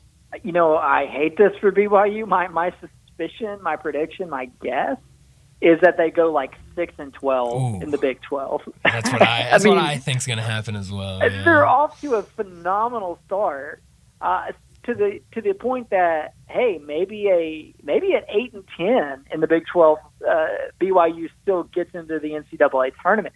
But it's just such a massive increase in the caliber of competition they're going to face in league play versus what they had in the West Coast Conference. And they were below 500 in the West Coast Conference last year. So now you bump up to the Big 12. I know you've got UCF in there now, and you've got Cincinnati in there now, and a couple of teams that should be easier wins than you've ever had before in the Big 12. But it's still the Big 12. It's still going to be probably the best conference in college basketball. So if you're BYU, you just got to keep stacking those dubs, because league play is coming, and it's going to be a long winter. Yeah, and on the flip side of that, you also add Houston to the Big 12. So you got another powerhouse on the top there. Well, it should be a fun week of college basketball. David, thanks so much for joining us. We'll do it again next week. All right, guys. I appreciate it. Thanks, David. Thank you, David. David Cobb, joining us every week from CBS Sports. He covers college football and college basketball. I can only imagine, with what the weekend was in both college football and college basketball, how busy and how wild it was for him. But we appreciate him coming on with us every single week. But let's go ahead, get to a break. When we come back, it'll be time for our Sissy's Log Cabin look back at the weekend in the SEC. We are real sports talk. Sports 56 WHBQ. Available on your radio dial at 560 AM and 98.5 FM, as well as around the world online at sports56whbq.com. Take us with you everywhere by downloading the Sports 56 app. And at home, just say, Alexa, play Sports 56. Wherever you are, stay tuned in to Real Sports Talk. Sports 56 and 98.5 FM. The season has changed. You know how I know? It's finally here, the Family Leisure Christmas Sale. Excellent deals on pool tables, shuffleboards, and saunas. Oh, we're just beginning. Tired and sore from shopping? Check out the huge selection in stock of hot tubs and massage chairs. Oh, and you can surprise the kids with the best stuff, like a new arcade, a game table, even a play gym. Gifts for the whole family to enjoy and enjoy together. Also on sale, theater seating, outdoor kitchens and grills, patio furniture, and fire pits. Merry Christmas from our family to yours. That's Family Leisure of Memphis. Every year we wait. They always deliver. They've done it again. The Family Leisure Christmas Sale is happening at I-40 and Whitten Road. That's 2120 Whitten Road to be exact. That's the place of shopping heaven. Family Leisure, where family and fun all come together.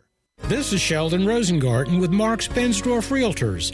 I'm often called Shell Done because I sell homes and work with buyers, and I get the job done.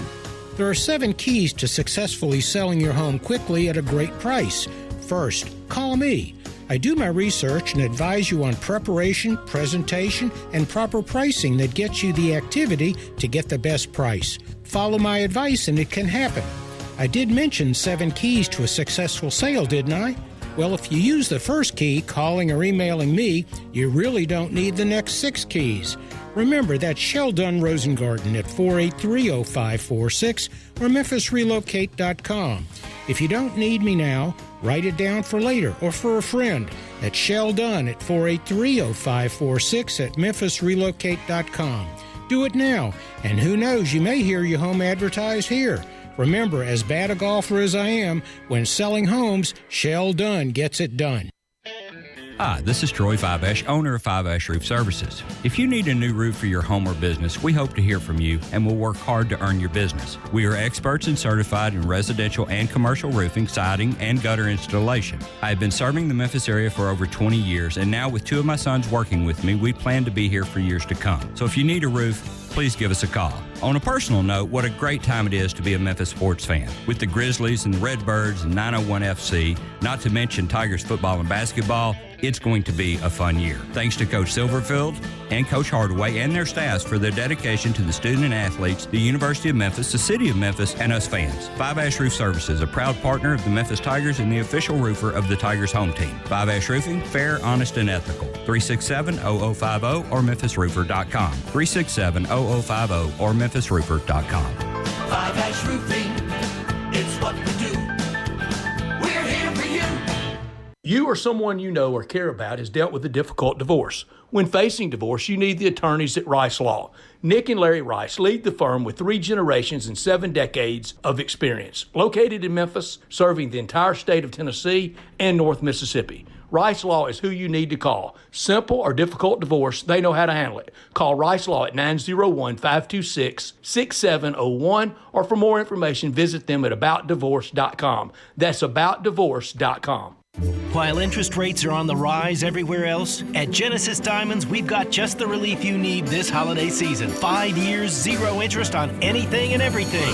That's right, Genesis is rolling back interest rates to 0.0%. So that $5,000 diamond ring is yours for just $85 a month. Nothing's held back. Rings, earrings, bracelets, bands, certified natural diamonds, lab-grown diamonds, even luxury pre-owned Rolex watches. Just pick any item for that special someone and spread your payments over 5 years without paying a dime in interest. A $10,000 designer ring comes to just $167 a month. Don't miss this incredible offer. Where else in America can you get financing for 0%? Colored gemstones, designer fashion jewelry, the year's most treasured gifts, all included in this once-a-year offer. At Genesis, we're breaking all the rules to make sure this holiday season your money goes farther. Best prices, unbeatable selection, highest quality, and super aggressive financing. Merry Christmas from Genesis Diamonds at Poplar and Perkins Extended on approved credit.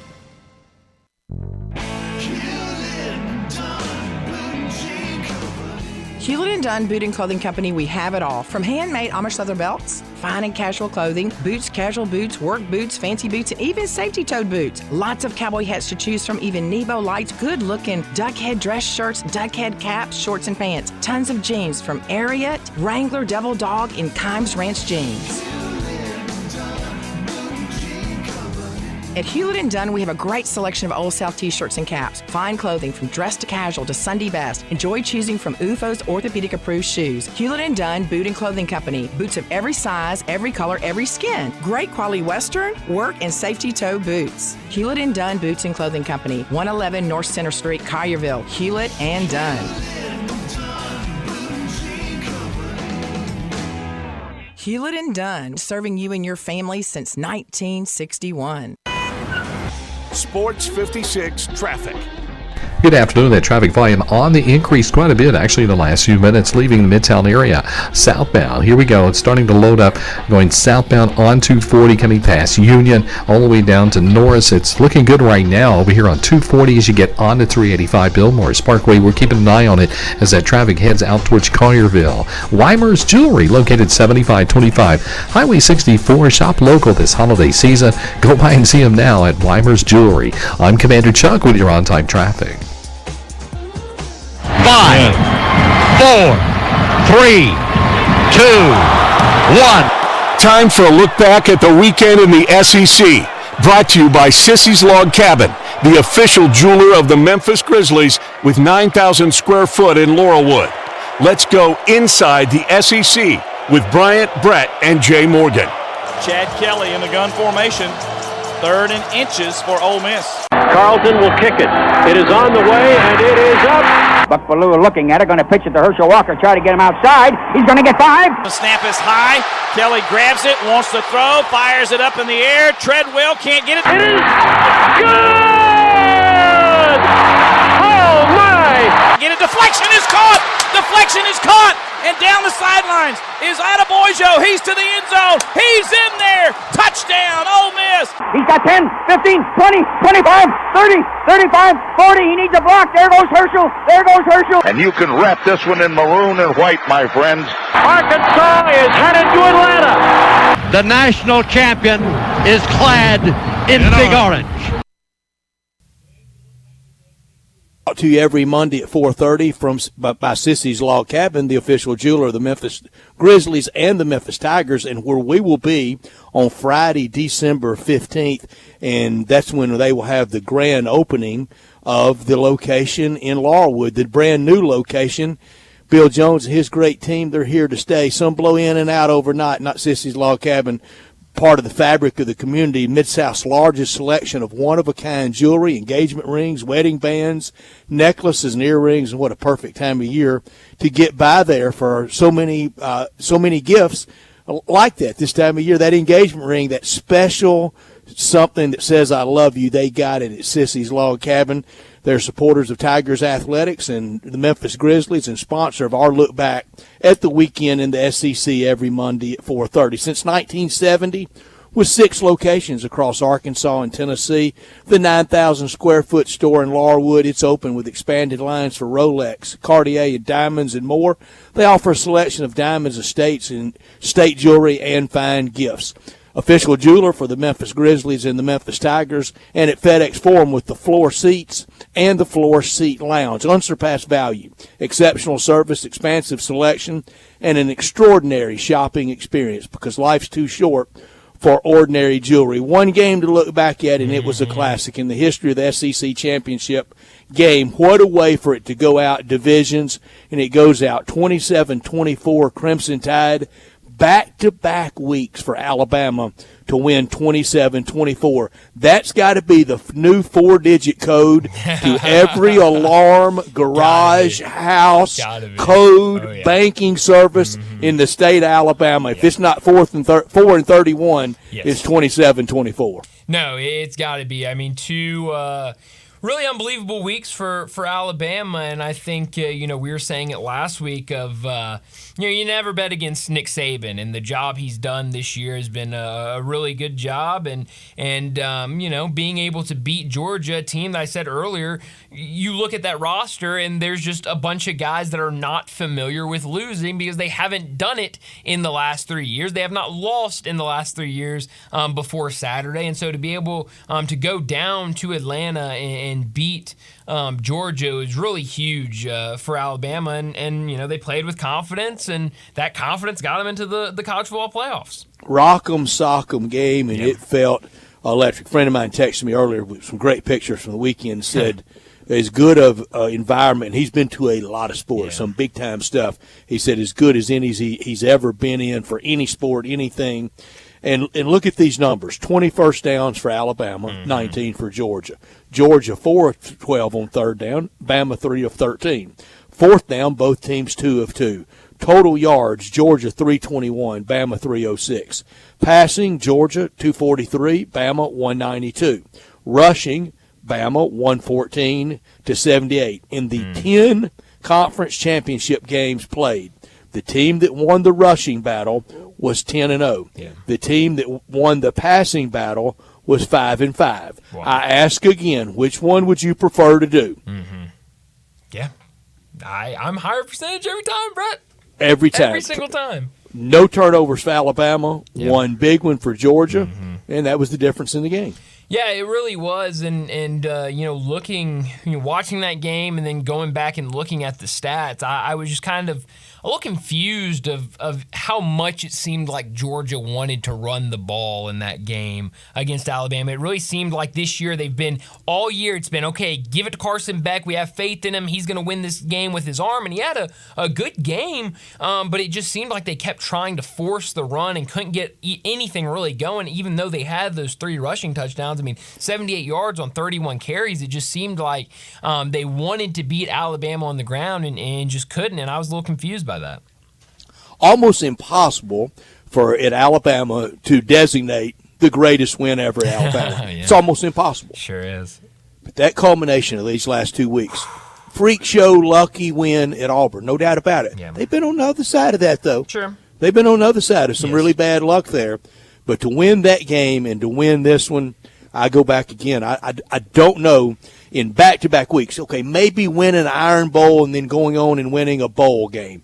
Maybe winning an SEC championship game and then going on and winning the bowl game. But that was 4 weeks in between. Sure. With 7 days from the clock was turned off to the next week's game. I don't know that they've ever had anything like this. I mean, it's hard to think of a better 2 weeks, back-to-back weeks for this program. And Brett, this is a program that we've been talking about has been at the highest level of the sport for consecutive years, and the fact that this year could be the best 2 weeks, and really the fact that going back to week 1, week 2, week 3, when they looked really bad against USF on the road, and now today, no matter how you feel about Florida State being in or being out, the fact that we're sitting here today talking about Alabama being in the college football playoff is really impressive.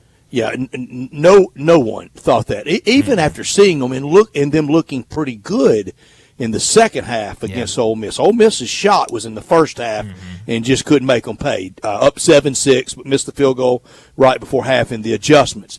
Kevin Steele, on all these assistant coaching of the year award, and in Little Rock they have a great one for Coach Rawls and Coach Wilson Matthews for assistant coach of the year. Kevin Steele, he earned every penny this year. He did a great job, but Tommy Reese had a good game Saturday, but it's all woven together by the greatest coach in the history of college football. Yeah, I mean, it really is. And we said it on Friday there are very few times I'll bet against Nick Saban in a conference championship game is one of those times I will not be betting against Nick Saban. And he proved that Saturday afternoon.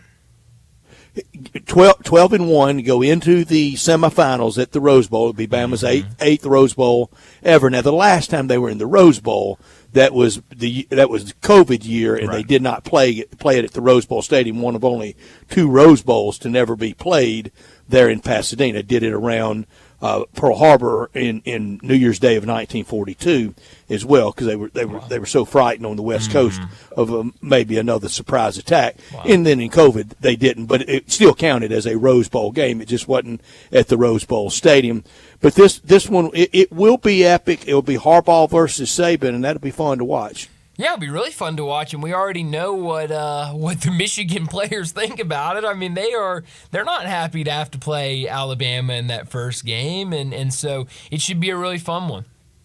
It should be. What did you think was the difference in the game? Just Bama just kind of gnawing it out at the end? Yeah, I mean, I think Alabama just really brought the physicality to the table, and I thought that's what really won it for them. And Georgia hadn't seen that. They haven't, and I think when you're able to out physical a team like Georgia, I mean, you can beat anybody in the country on any given day, and so I thought they brought it, and I thought. I don't know, like I said, going back to, it just seemed like Georgia wanted to run the ball at weird spots and just kind of wanted to force the run, and it wasn't working. And then I feel like when you get down, you've got to start going through the air, and they just, for some reason, didn't want to, even though Carson Beck, 21 for 29 for 243 yards, no touchdowns. And so I just thought a couple of decisions that kind of went against them, and ultimately Alabama just played a better game. And the 2 heroes of the last 2 weeks, there were a lot more, but Jalen Milroe and Isaiah Bond. Yeah, I mean, what they've done, what Jalen Milroe has done in a lot of these games this year. After the beginning of the season, a lot of people really questioning, is he the right guy to be your starting quarterback? He's really proven a lot of doubters wrong, and it's been really fun to see. I mean, I remember even after, I forgot who they played in week 1, but they won, and I think he had a pretty good game, and people Middle Tennessee, and people were coming in saying, well, okay, a good game, but you're playing Middle Tennessee. I don't think that's... Then it hit the next week. And then it hit the next week. And then we had that third game where he didn't play and they were trying to play the backups. But he's come a long way and he's really proven a lot of doubters wrong, and it's been fun to watch. It has been fun to watch. 12-1 for Bama. Got a chance to win 2 more. That puts Nick Saban now in his college football coaching career with stops at Toledo, Michigan State, LSU, and Alabama. He's at 297. If he wins the next 2, he's at 299 on opening day next year. 323 is the number of wins that Coach Paul Bear Bryant had. And I don't know this at all. I mean, I don't know. I don't know when he's going to retire or what the goals are. But I think I know 323 is a big number in Tuscaloosa. Yeah. And that would mean he would be around that number weeks 10, 11, 12, something like that, if he, with a great year next year, and they should be. Right. Late in the 2025 season. Wow. I didn't think anybody could do this, and I sure didn't think anybody would do it there. No, absolutely not. It would be unbelievable if we could see something like that. Last thing on Alabama, do you see Tyler Buckner has entered the transfer portal? I did, and I thought I was at the Onion. Yes, not the football transfer portal. He has entered the lacrosse transfer portal. He's going to go play some lacrosse. I learned an All-American Insert in jokes high school. here. Yes. How about that? So no, Jim Brown is. Jim Brown was a legendary lacrosse player. That is correct. Yeah. But I don't know if Tyler Buckner will knock off Jim Brown on either field. No, what do they call the lacrosse field? Just the lacrosse field? I guess just the lacrosse field. I don't think they've got like a pitch or anything like soccer has. We'll go with the lacrosse field. We'll also go with this at the holiday season, and it's the Ghouls gift card. Go to GhoulSalonSpa.com right now.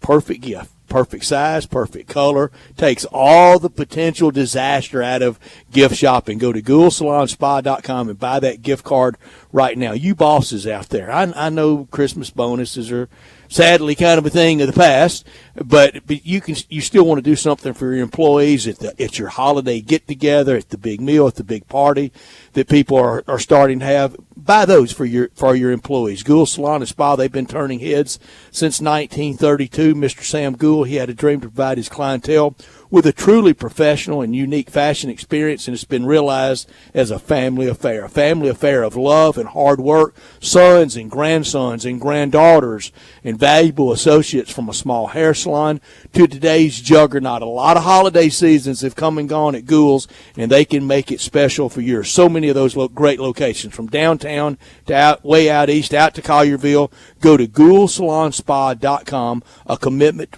to providing a unique fashion-forward experience, and it's the perfect gift for the holiday season. Exclusive to our area, and the best holiday gift for any season is that Gould's gift card. The best spa packages, salon products, and those gift cards, they're the hit. Go to GhouldSalonSpa.com. Well, let's get to a break. When we come back, it'll be time for Big Number of the Day.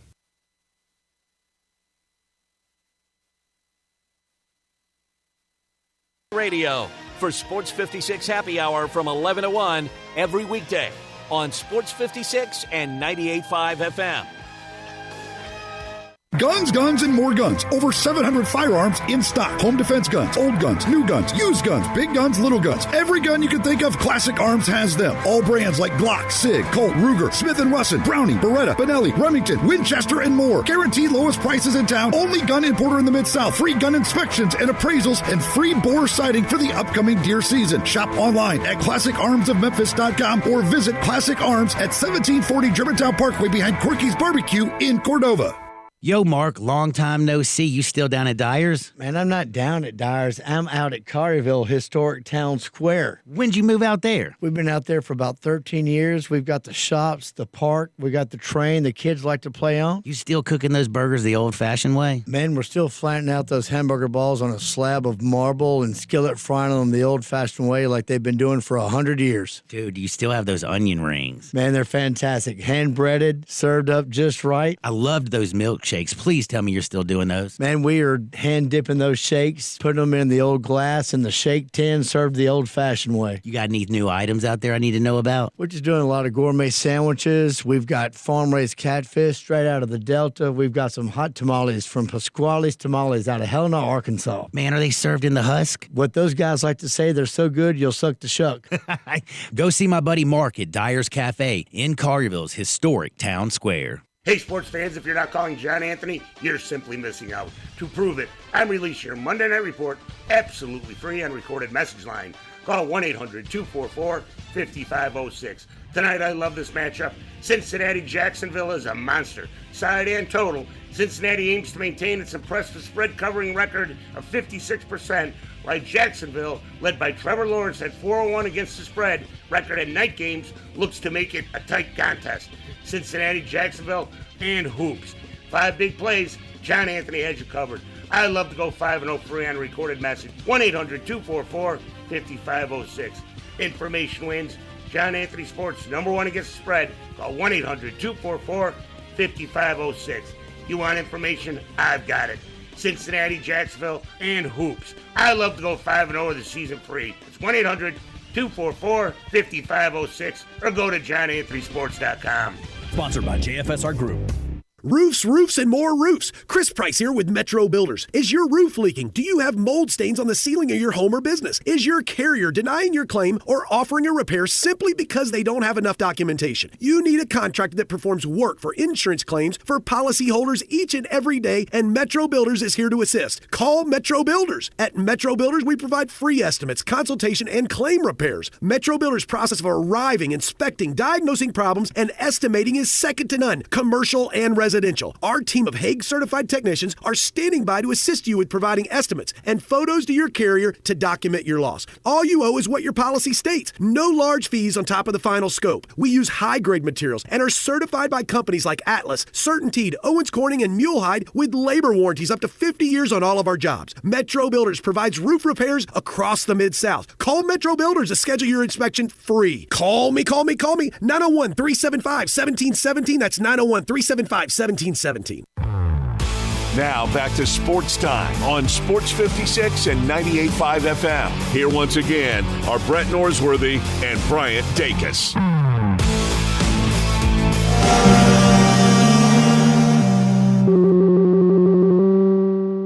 Big Daddy. Hello, Big Brand. It's a guy, he wants to be big, then he gets big, he doesn't want to be big anymore, then he gets small, but the suit's too big. Big Daddy. The big boy. You're a big guy. I think she's trying to pull a fast one on Big Daddy. The big number of the day. Brett, my big number today is 1. 1, okay. 1, not a very big number. I'm already seeing the look Johnny's giving me. He's not going to be a fan of this big number. 1 is my big number, Brett. There were 2 one-loss teams put in the college football playoff yesterday over an undefeated team, Brett. Also, it is the first time in college football playoff history being won that a undefeated conference champion has been left out of the last 4. I'll speak my shirt again. The college football playoff is a joke. Yeah, it was really bad, and now everybody was already ready for next year. Oh yeah, but what a kind of shoddy way to head into next year, and I hate it for Mike Norvell and those players. I did too. At some point, though, I don't know how many times I got to say this. I disagree with it, but at some point, we're going to get to January 1 and the matchup. We're not to that point yet, though. And Brett, I want to be very clear on this. When that time comes, and I know you're the same way, I'm going to be very excited for Michigan and Alabama. But that does not mean that the committee got it right. So I just want, because I know for a fact when that day comes and everyone's talking about, oh man, we get Michigan and Alabama today, and people are going to go, see, that's why we were right. That's why the committee was right with this, because y'all are excited now about it. Yeah, you're right on that sentiment, and maybe that should be lessened a little, because it's almost approving of a wrong. But when we get to it, we'll enjoy the game, and when you see that blimp shot of the setting, it's going to be unreal. The San Gabriel Mountains. It's going to be good. Mine, I got a bunch of numbers here. You take out of it what you want. Now, I'm stealing this from our buddy Ryan Fowler, who tweeted this out. At Alabama, 18 national championships, 30 SEC championships, 145 first-team All-Americans, 76 postseason appearances, 45 postseason victories, 4 Heisman Trophy winners, and then 2 best coaches in the history of college football. I mean, what they do, year in and year out. And it's not just Nick Saban. It is a history that is far richer, and it's really cool to watch. And Saturday, I think the gravity, the magnitude of it really hit. Did you see Marty Smith's interview with Jalen Milroe? I missed it, no. Very, very, very moving, very emotional. And I think the Bama team knows in the last 2 weeks they saved the season. I don't think this is anywhere, again, kind of like the SEC, I don't think this is vintage Alabama at all. No. I don't think this team stays on the field with Greg McElroy and A.J. McCarron and Tua and Hurts and maybe even the Mac Jones title. Yeah. No, this is a team that, we went through it earlier. Had to have a miracle a couple weeks ago against Auburn to even be in this place. But, again, they won, games that they had to win to get into this position. And Saturday's games were not great, except for the SEC game. No. They were some ugly games. Friday night's game was great. Did you hear the Washington announced team at the end of the game when I call it the magic moment when you know you've got them? No. Yeah, I heard. I didn't hear it. Oh, Johnny. You got to go find it. You need to hear it, Brian. Very excited in the booth and like spotters and other stuff. Awesome. Like people like me screaming and hollering in the background. That's awesome. And when I don't know who does their games. And that coach at Washington, he may be the most underappreciated guy in the country. DeBoer has done he's done a great job. Yeah, he's done it. But when that magic moment hit, we're going to win the Pac-12. We're going to the college football playoffs. It is absolutely what you play for, and what there's no best drug on earth is the thrill of victory. Awesome. I was watching that game, and then I had to run an errand real quick in the middle of the game, and so I was listening to it on the radio, and this was when Oregon was up, and I think Michael Penix's fumble. They thought it was a fumble, and Oregon picks it up, and I think takes it all the way back. And then they said his arm was going forward, and it sounded like they were. It was kind of sinking into them, like, ooh, Oregon's going to come back and win this game. And so I'm gonna have to go find the flip side later of really them good. realizing they won it. And Brian, I talked about it last spring when the Tigers Tigers administration, athletics department, and the basketball team did such a great job in celebrating the 50th anniversary, going to the Final Four in 1973. And I'm not saying it was my first great radio moment, but that day I'm watching the game on TV, and I don't know why, but then everything was synced up. I don't know. Anyway, but I thought it was, and Jack Eaton, when he described Larry Finch dribbling out the clock in the semis against Providence, and he said on Monday night the Tigers will face the winner of Indiana and UCLA, and it's going to be UCLA and John Wooden and Bill Walton, because they were playing the next game. They were playing the game after the Tigers. He said, and it's going to be UCLA. That's awesome. It is, there's so many teams, and now with all of these games being televised, the local play-by-play and color commentators, a lot of times they fly so under the radar now, but I mean, you get the best calls, you get the best moments from those radio broadcasts. And you got to find it. I would tell everybody out there, you got to find it. I even dipped in to listen to Craig Way some on the Texas announced call. And Saturday, I listened to our friend Chris Stewart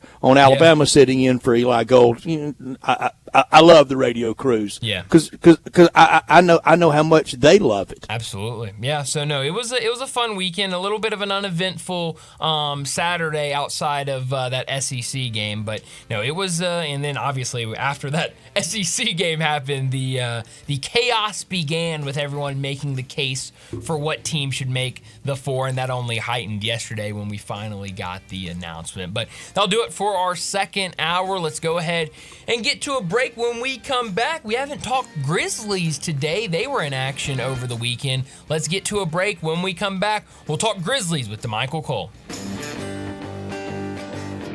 Simple, smooth, and every sip as easy as the last. Tito's handmade vodka tastes just as good with tap water as it does with your favorite mixer. Back in the day, Tito distilled, hand-bottled, taste-tested, sent to a few friends, then taste-tested again to give you the finest juice around. No frills, no flavors, no fancy labels, just the good stuff. Just Tito's. For recipes, videos, and more, visit Tito'sVodka.com. Distilled and bottled in Austin, Texas, 40% alcohol by volume, namely 80 proof, crafted to be savored responsibly.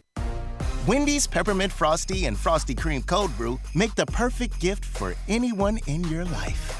Especially for you. Yeah, this year you're sitting on your own lap and getting yourself what you want. Finally. And now every day this season, unlock 20% off your total when you get any small, medium, or large Frosty in the Wendy's app. So order something from your own wish list this year. Limited time only. Participating U.S. Wendy's with app offer and registration. Applies to menu items only. Taxes and fees excluded. This is a special alert to all Americans who own a vehicle with less than 200,000 miles with an auto warranty about to expire or with no warranty coverage at all. Due to a decline in the economy, CarShield is announcing a low-cost month-to-month vehicle protection plan that is now available to the public to save any driver out-of-pocket expenses on future auto repairs. Call now to find out how you can pay almost nothing for covered auto repairs. Yes, you heard that correctly. Pay almost nothing for covered auto repairs. An open phone line has been established for all drivers to call for a free quick quote. Call 800-306-8158 now. Drivers who are covered will not have to pay for covered repairs again. This protection plan is at an all-time low. Additionally, drivers who activate this vehicle protection today will also receive free roadside assistance, free towing, and car rental options at no additional cost. Call us for your free quick quote today. 800-306-8158. That's 800-306-8158. What do you have to lose? Call 800-306-8158. Again, 800-306-8158.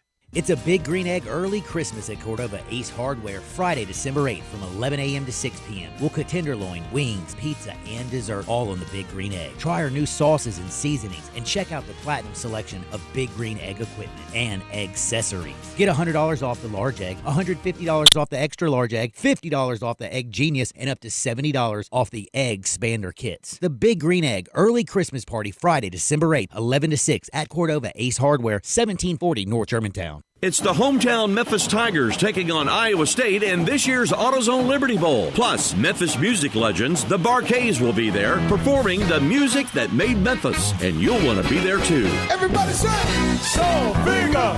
Say, So Viga! It's all happening Friday, December 29th at 2:30. Get your tickets today by calling the AutoZone Liberty Bowl at 795-7700. The Tennessee Highway Safety Office reminds you that fans don't let fans drive drunk. I'm with John Fergus from the world-famous Rendezvous in the Alley since 1948. Brett, we have catered parties all over this country and all over the world, from Singapore, Australia to Central Park in New York, but many people don't realize how much we do locally. For holiday events, office parties, tailgating, birthday parties, you can't do better than the Rendezvous. For example, you can get a cheese and sausage tray for 15 to 300 people for $3.75 a person. You can even build your own nacho bar for $10.50 per person. All you need is a minimum of 15 people. In many cases, we can arrange delivery and full-service catering. We've even made it easy to get to-go items. You can just park at our front door in the alley, put on your flashes, and we'll get you going ASAP. For all your catering items and prices, go to hogsfly.com, click on menu, and drop down to catering. Thank you, John. The Rendezvous, Mr. Charlie Vergos' Rendezvous in the Alley since 1948 and celebrating its 75th year.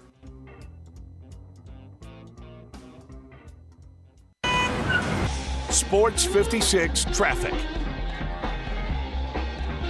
Good afternoon. Just like clockwork, we got that heavy traffic trying to get out of Midtown, coming southbound on 240.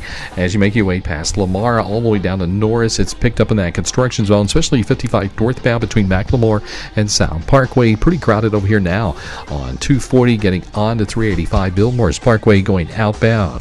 Hey, don't miss it this holiday season, the Enchanted Garden of Lights at Rock City in Chattanooga. Check them out online at crockcity.com. I'm Commander Chuck with your on-time traffic.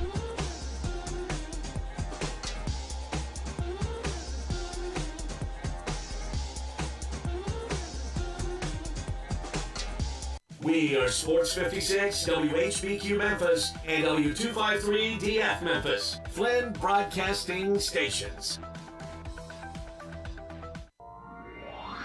Now, back to Sports Time on Sports 56 and 98.5 FM. This hour is brought to you by Hewlett & Dunn, Boot and Jean Company in Collierville. Here once again are Brett Norsworthy and Bryant Dacus. Welcome back into Sports Time. Bryant and Brett with you in our Family Leisure studio. And joining us now to talk about the Grizzlies, DeMichael Cole, the Grizzlies beat writer over at the Commercial Appeal. He joins us now. DeMichael, thanks so much for joining us. I'd say the Grizzlies are playing better since the last time we talked to you. 2-1 in their last three. Very competitive, I thought, against the Suns. What have you made of these last three games for the Grizzlies?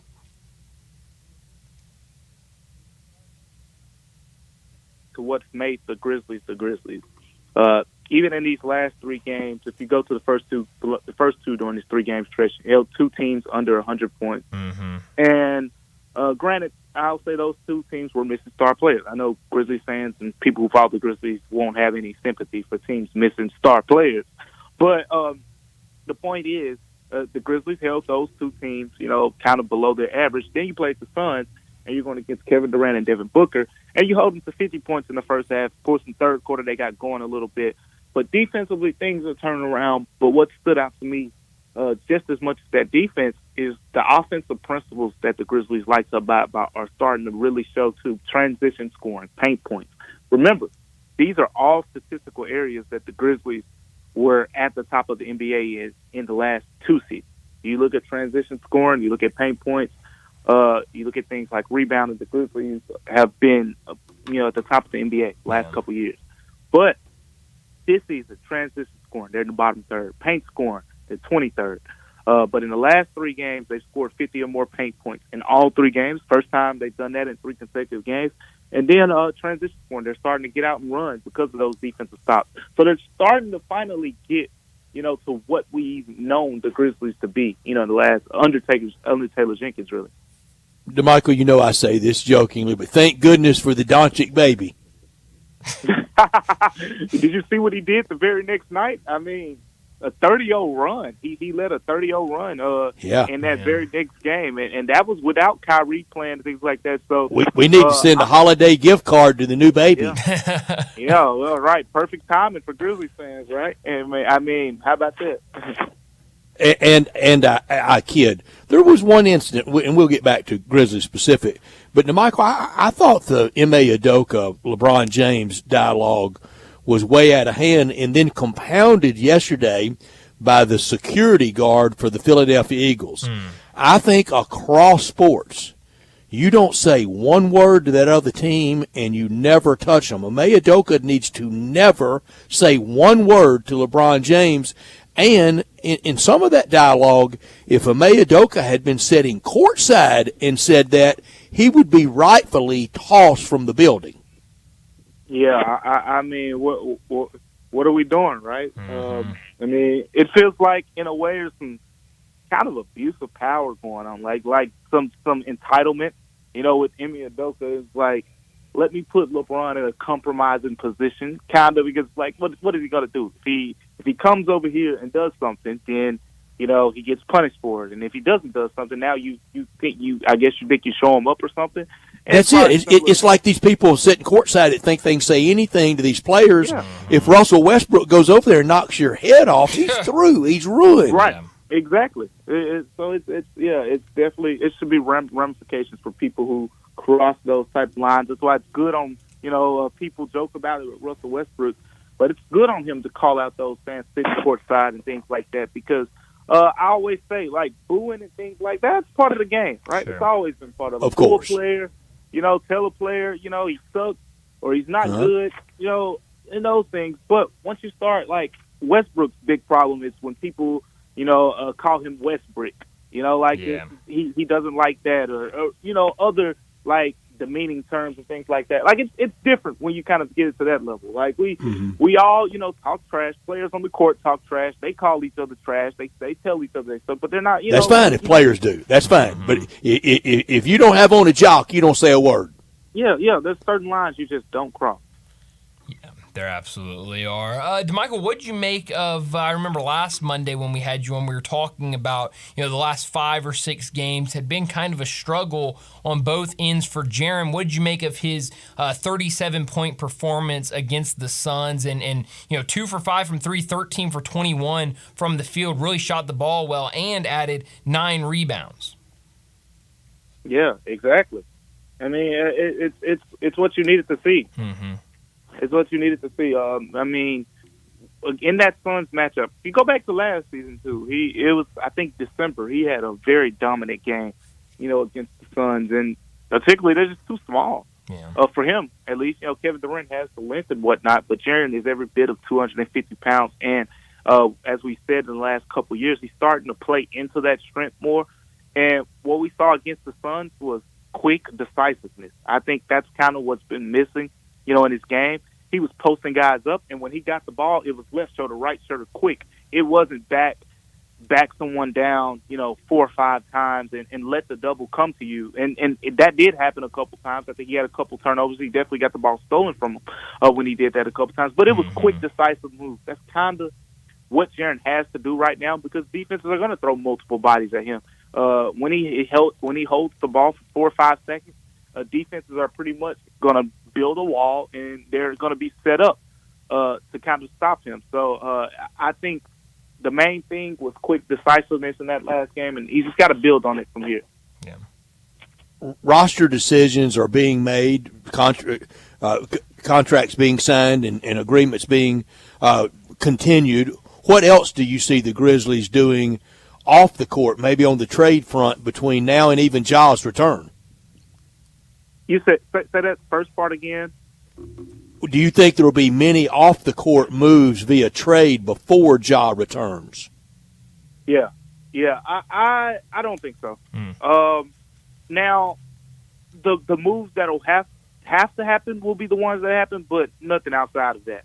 And what I mean by that is, right now you look at the Grizzlies roster, right? You got Jalen Noel on a 10-day contract. You also signed Bismack Biyombo with an extra roster spot. Yeah. So 2 players are going to have to be gone, and one of those is likely Jalen Noel after the second 10-day ends. And then after that 10-day ends, you have a decision to make on if you just, cut bait with Bismack Biyombo, say, hey, thank you for, 20 games that you provided us, stability in the front court, or do you go with another player? You go, hey, Kenneth Lofton Jr. hasn't played much lately, or hey, Jake LaRavia, Zaire Williams, John Conchar, whatever the case may be.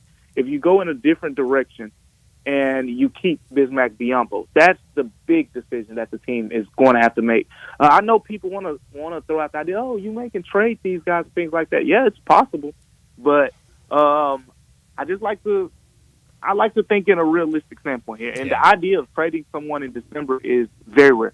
If you go over the last 10 years of basketball in NBA and you look at the transactions page in December, it's very rare that you see a trade. It's extremely rare. Yeah. I mean, because at this time of the year, pretty much in most NBA seasons, teams are doing one of 2 things for the most part. I mean, 25 of the 30 teams at least. They're either trying to get healthy to figure out what they have, or they're trying to build continuity on what they've already had. And even down to a team like the Pistons. They just got a guy like Bojan Bogdanovic back. That's a big piece for them. So now, over the next month or so, they need to build on that and see, okay, where are we weak, where are we strong. Like, it just hasn't been enough time yet. So with all that being said, it's easy for us in the Grizzlies space to say, hey, just trade one of the guys so you don't have to eat the salary for the next 2 years. Like, okay, well, it takes two. You got to find a partner in that case, and that's going to be tough. It's possible. Like, that would be the best case scenario, because then you're free to pretty much get rid of anyone. Whereas now, if you were to release someone other than Bismack Biyombo, you're going to be eating some money regardless. Right. So Bismack, as we've seen, has been good for the Grizzlies. So it's going to be a tough decision, but it's a decision that they're going to have to make. DeMichael, that's so very well stated, because, look, it screams desperation, and 5-14 screams desperation, and you can get really fleeced this time of year. Yes. Yeah, you can. I mean, because it's way too early. Like, we don't know enough yet. These sample sizes are so small. Like, I always go back and look at the standings from a year ago and stuff like that around this time. I haven't looked yet, but I will say I vividly remember before New Year's, it was a little bit after Christmas last year, the Pelicans were the number 1 seed. Yep. Last season. The New Orleans Pelicans were the number 1 seed. And then, Zion gets hurt and a bunch of other moving pieces around that team, but the Pelicans did not finish in the top 6.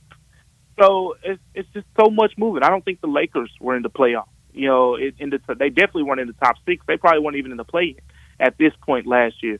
So it's so many moving pieces, and like you said, teams don't even know what they have. There are some teams that are going to run. There are some teams I'm not sold on. Like the Rockets is a nice little feel-good story what they're doing right now, but I just think that at some point they're going to kind of faint out. They're going to fall off a little bit. Mm-hmm. They're a nice story right now, and they're playing really good basketball. But that's just one example for me. And there are a couple other teams that could possibly get going. I wouldn't put it past the Clippers or Golden State at some point going on some type of turnaround. You just don't know. It's way too early at this point. And the same to be said for the Grizzlies. When you get Ja, Luke Kennard, Marcus Smart back, they could be a replicable team to last season. Mm-hmm. Well, DeMichael, going back to this Jalen Noel and Bismack Biyombo situation, what do you do? What do you think, you kind of laid out everything. What do you think the likeliest outcome that the Grizzlies end up doing is? The most likely outcome is you just simply ended up releasing a player. Mm-hmm. And honestly, I think, we can kind of read the writing there on the wall, as people like to say. Like, just look at who's been playing. Look at who's not been playing. Mm-hmm. And that'll tell us most of what we need to know. If you look at that, I think Kenneth Lofton Jr. has been the person who has received the least amount of minutes throughout this stretch. Even before Bismack Biyombo was signed, he wasn't really getting much opportunity then. You just start to wonder, is it just not a fit here? Because we see him play in G League. He's putting up, incredible numbers. We've seen him in the Summer League. He's putting up incredible numbers. Then he comes to the Grizzlies, and he doesn't really get an opportunity. He started one game last year and had 42 and 15. Mm-hmm. So, he's just not getting the opportunity. At some point, you say, well, you know what? Maybe it's just not a fit here. So I think that's probably the most likely option from a financial standpoint, from a fit standpoint. But, there are other guys who could be considered as well. But I think that's probably the easiest decision right now. Talking to DeMichael Cole, the Grizzlies beat writer for the Commercial Appeal. I've been watching him play. I really like him. I've seen a lot of other people talking about how much they like him. What have you made of the recent play of Vince Williams? He's good, man. I've said for a while, I've kind of alluded to the idea that Vince Williams can make an impact for this team for a while. Now, here's the difference between Vince Williams and the other guys. When you talk about Jake LaRavia, David Roddy, and what they bring to the table. Vince Williams, exactly what he's good at, and it's that. The areas that he's not good at, the reason you might say, how did a guy like Vince Williams fall to the second round where he did? Because the areas that he's not good at, he's kind of bad at them. But the areas that he aren't good at aren't roles that he'll be put in on the Grizzlies. For example, he's not really a pick and roll guy. He's not really a playmaking guy by any stretch of the imagination. That's just not his game at this point of his career, at least. But guess what? The Grizzlies aren't going to ask him to run any pick and roll. They're not going to ask him to make too many plays off the dribble. It's, hey, look, when you're open, knock down that three-point shot, and on defense, just be the hound, the pest that pretty much got you to the NBA. And he's really good at those things.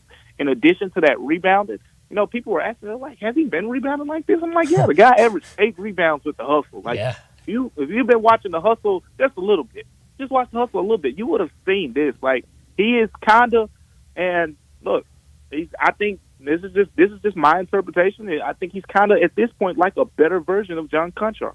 Like with the when you factor in the rebounding, the 3-point shooting, and the defensive ability, I think that's the potential. He's kind of like a better version, but he's more willing to shoot than John Conchar kind of has been. And I mean, 3-point shooting has been a strength of his game up to this point. The difference between those guys is John Conchar is a much better playmaker. You know, he's a guy you can put on the ball. And we saw in the last game, John Conchar played some point and whatnot. Vince Williams is probably not going to let do much of that. But he is a plus for this team. I tell you what, defensively, he really stands out.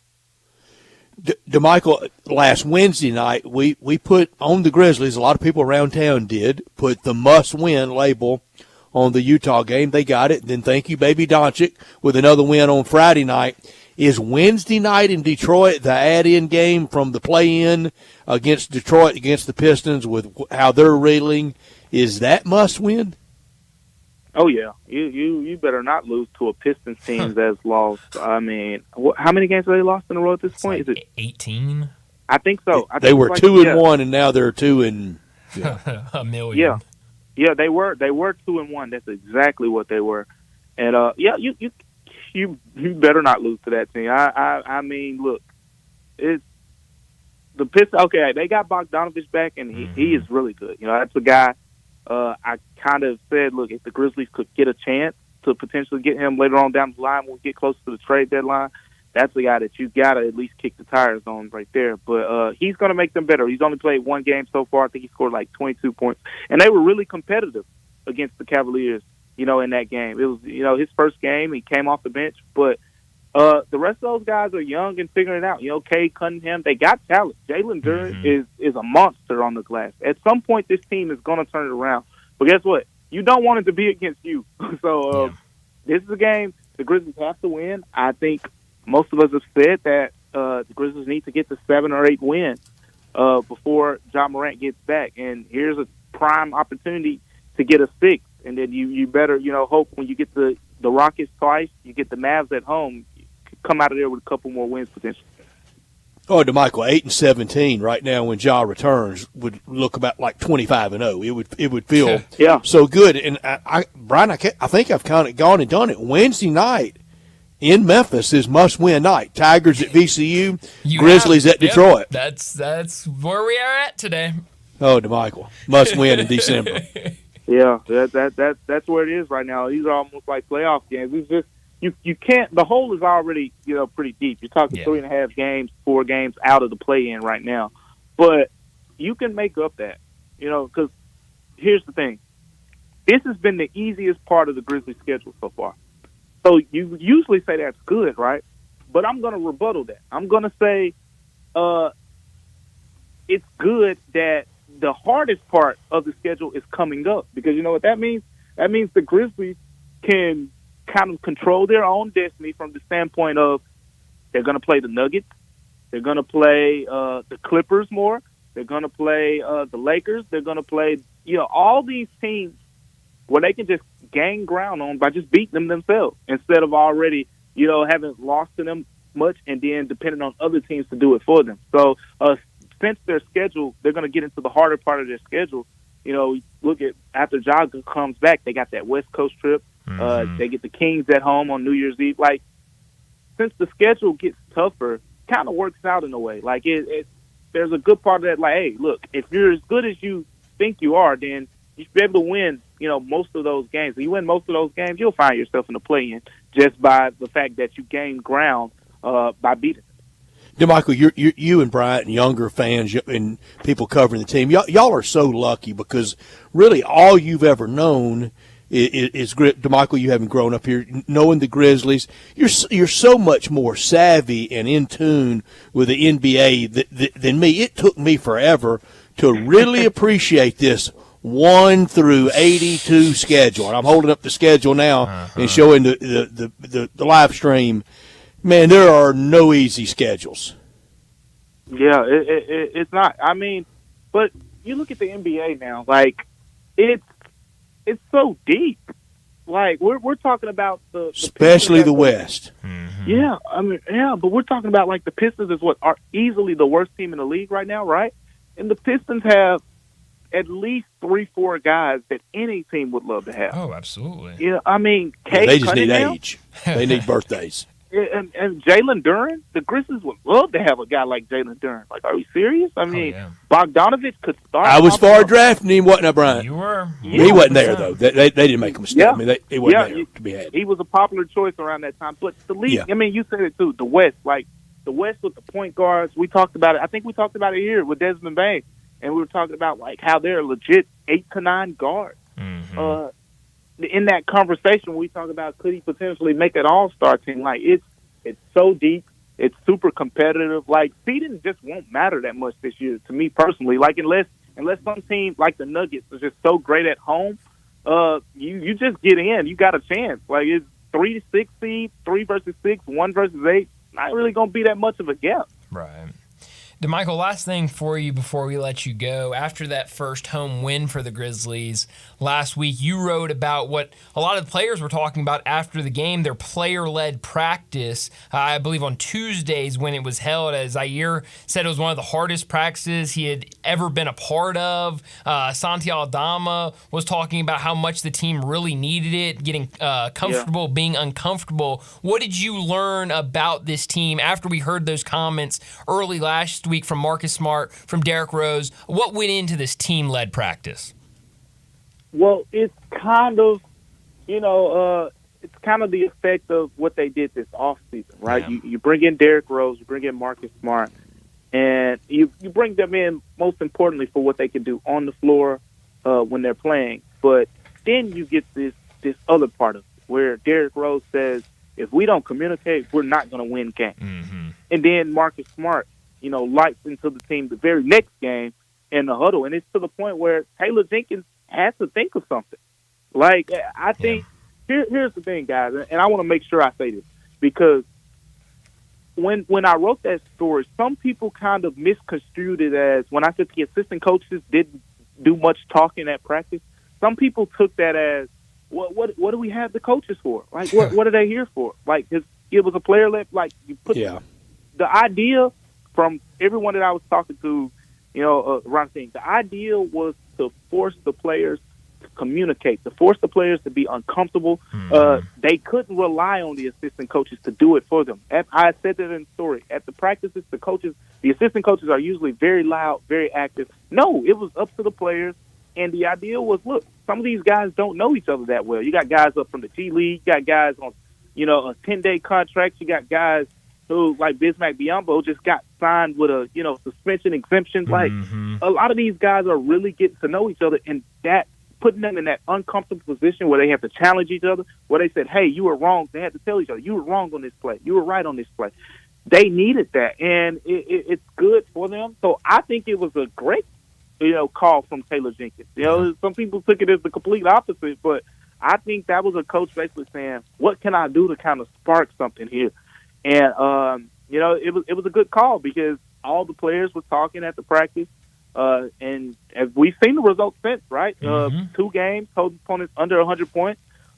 They played sound defense against the Suns for the most part. So the communication has gotten better. But, so I think it was a strong idea for the Grizzlies and a strong idea from Taylor Jenkins. Yeah, absolutely. But, DeMichael, thanks so much for joining us. And we'll do it again, hopefully talking about more Grizzly wins next week.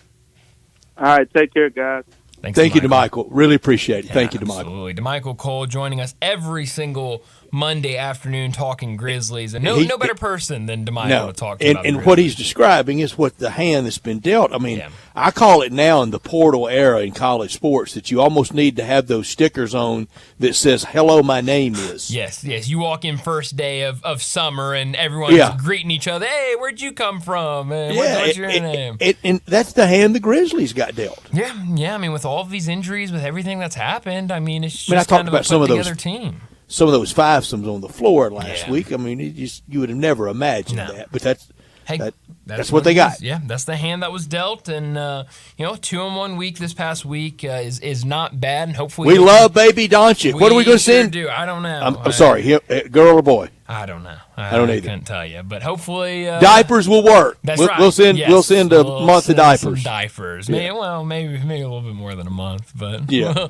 we'll see what we can do. But before we get to a break, I got to tell you about Hewlett and Dunn Boot and Jean on the historic square in Collierville since 1961. Charles Hall, he started working there in his teens, and now with his wife Laura, they own the place known for all the boots, but also clothing, accessories, and a cap for any team in any season. Western wear, work boots, safety toe, soft toe, rubber boots, boots for every single occasion at Hewlett and Dunn. And from head to toe, they have you covered with every brand imaginable like Ariat, Dam Post, Anderson Bean, whether for men or women. And they've got clothing like jeans, pants, shirts, shorts, outerwear, and the best duck head collection you'll find. Charles and Laura Hall invite you to 111 North Center Street on the square in Collierville, or to their website, hewlettdunn.com. And if you're looking for kind of that last minute present, they've got accessories that everyone will be a fan of, like hats, sunglasses, boot care products in every area, team snapback, or cool hat you can think of. Whether it be the Tigers, State, UT, Ole Miss,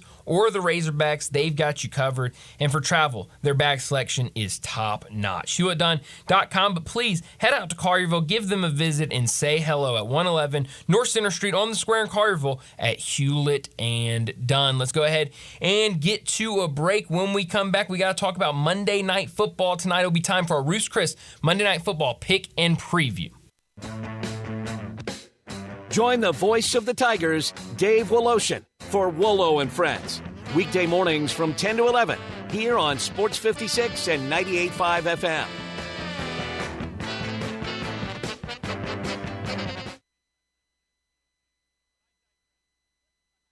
Bartlett Small Engine has been serving quality power equipment since 1970. They have a full line of power equipment, parts, and services for most makes and models. Bartlett Small Engines has the best brands in the power tool industry, and they're all American made. Bartlett Small Engine is your can-do store. 6780 Summer Avenue. Call 901-386-9779. Bartlett Small Engine has free pickup and delivery both at your home and curbside for lawnmowers, blowers, edgers, and any small engine. Call 901-386-9779.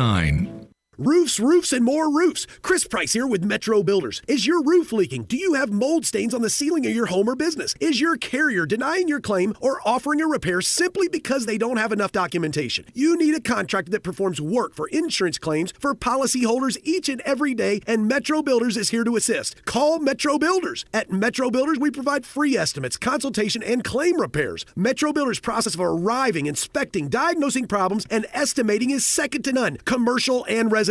Our team of Hague-certified technicians are standing by to assist you with providing estimates and photos to your carrier to document your loss. All you owe is what your policy states. No large fees on top of the final scope. We use high-grade materials and are certified by companies like Atlas, CertainTeed, Owens Corning, and Mulehide with labor warranties up to 50 years on all of our jobs. Metro Builders provides roof repairs across the Mid-South. Call Metro Builders to schedule your inspection free. Call me. 901-375-1717. That's 901-375-1717.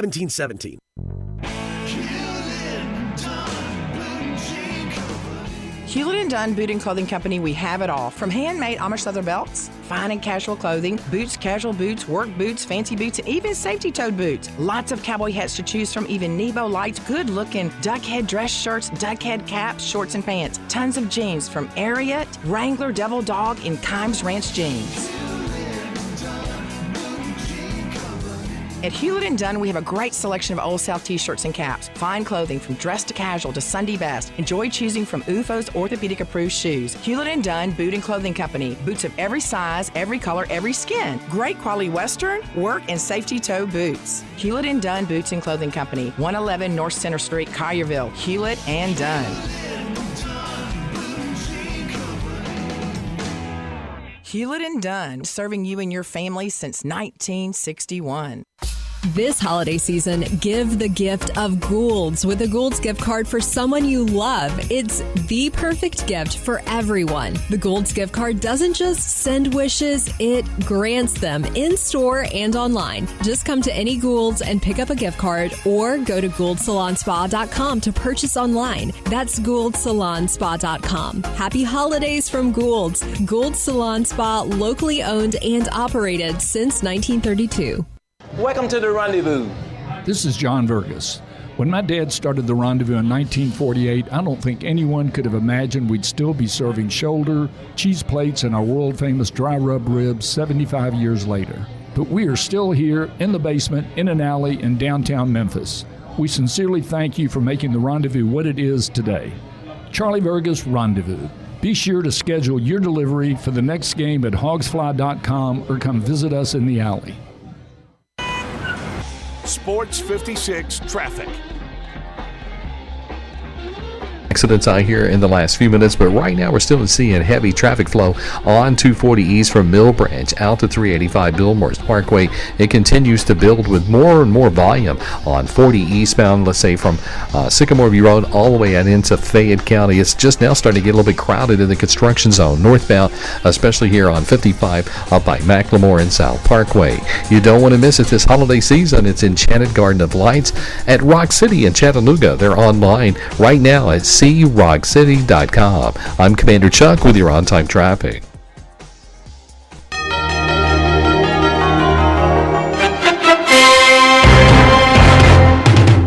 Hello again, everyone. I'm Howard Cosell. Welcome aboard.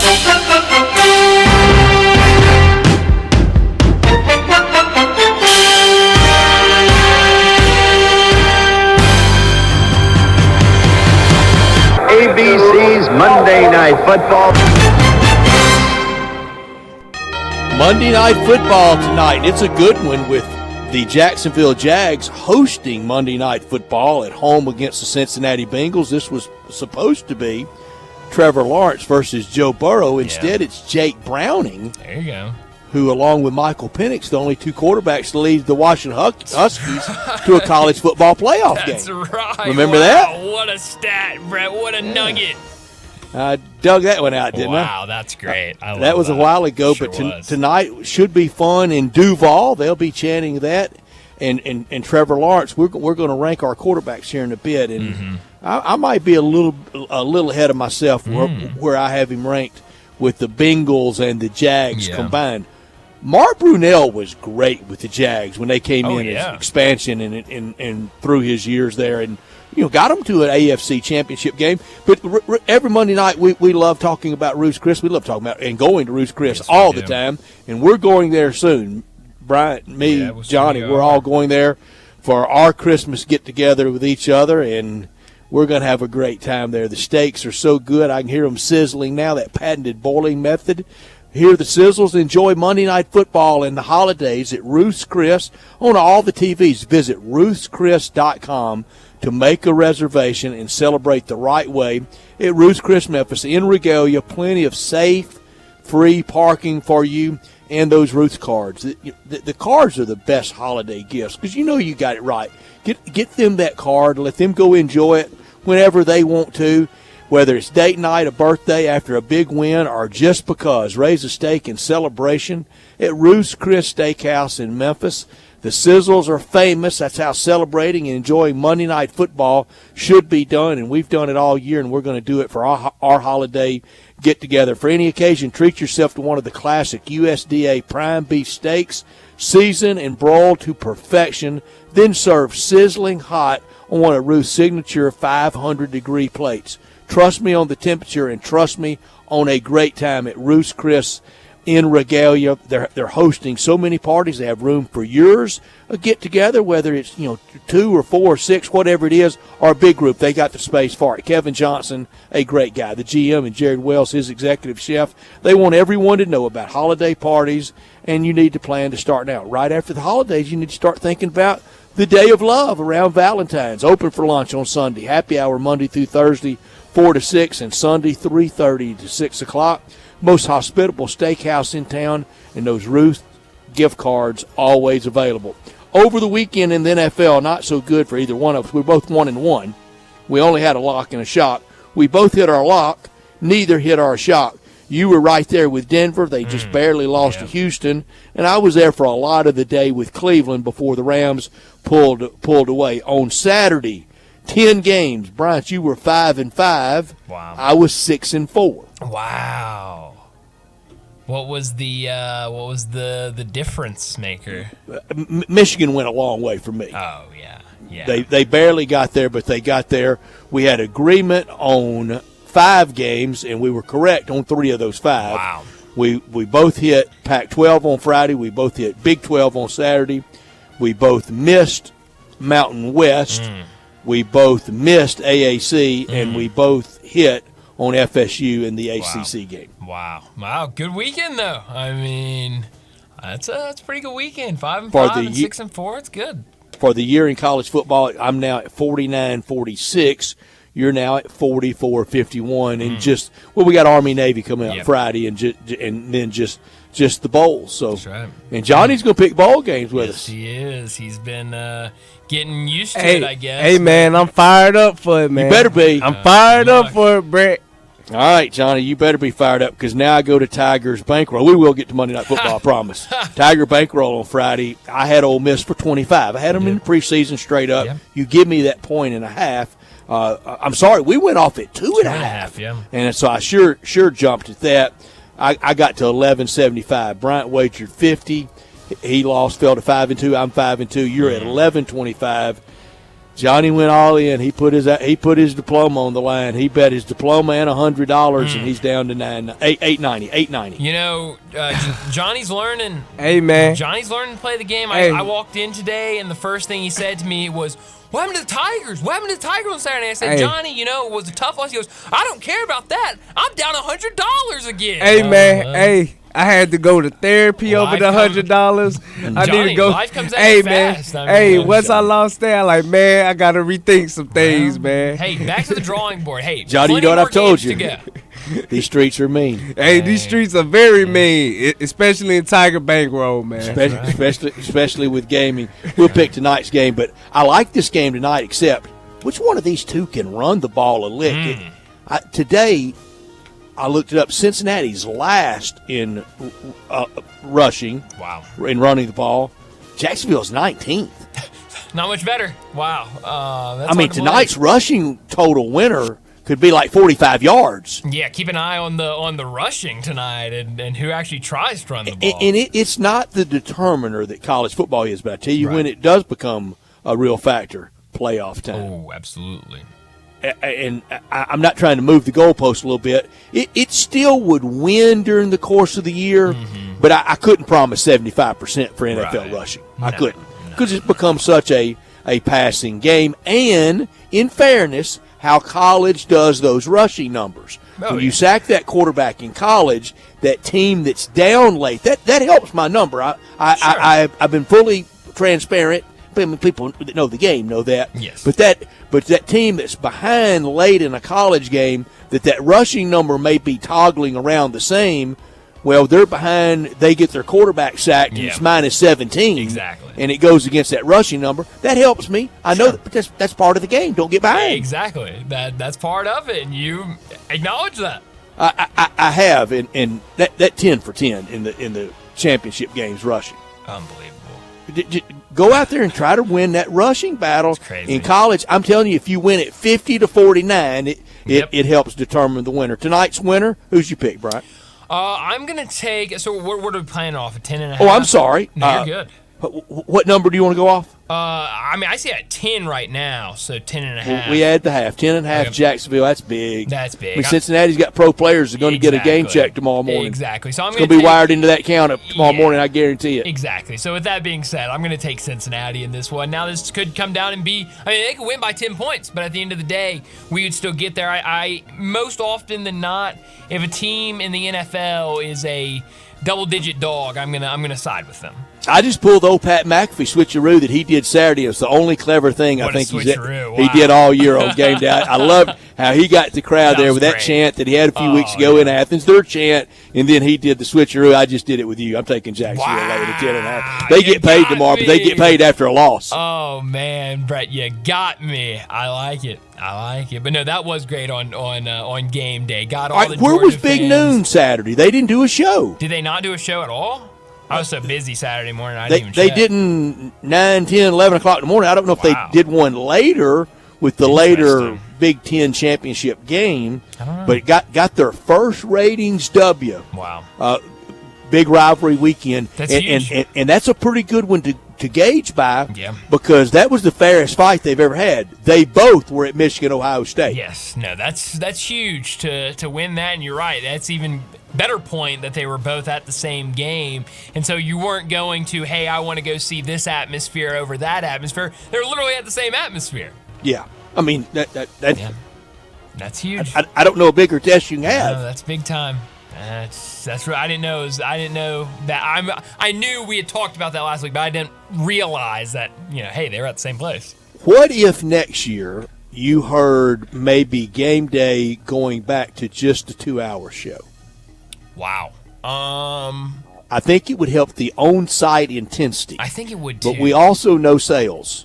If they could sell 4 hours, it would come on at 7 in the morning. Yes. If they could sell 6 hours, it would come on. Yes. No, I mean, they're going to do whatever gets them the most money, but, I don't think 2 hours would be a bad idea. I mean, it's 3 hours is a lot. And it is a lot. It takes some of the starch out of the live crowd. It does. And the features get long. Look, I like some of the features, but I'm going to quote our friend Alan Bell on Friday. Why do we got to go funeral home sad with every single game day? Okay, the occasional Rinaldi-type piece, the up-close and personal, made famous by Dick Ebersol and kind of telling the story. We're really Roone Arledge and Don Ohlmeyer and team telling the story of Olympics. But we ain't got to go funeral home sad every Saturday morning, do we? I'd like to get back to the maybe 1 or 2 featured stories, but let's talk about the games. Let's talk about these teams. Let's talk about the on-the-field stuff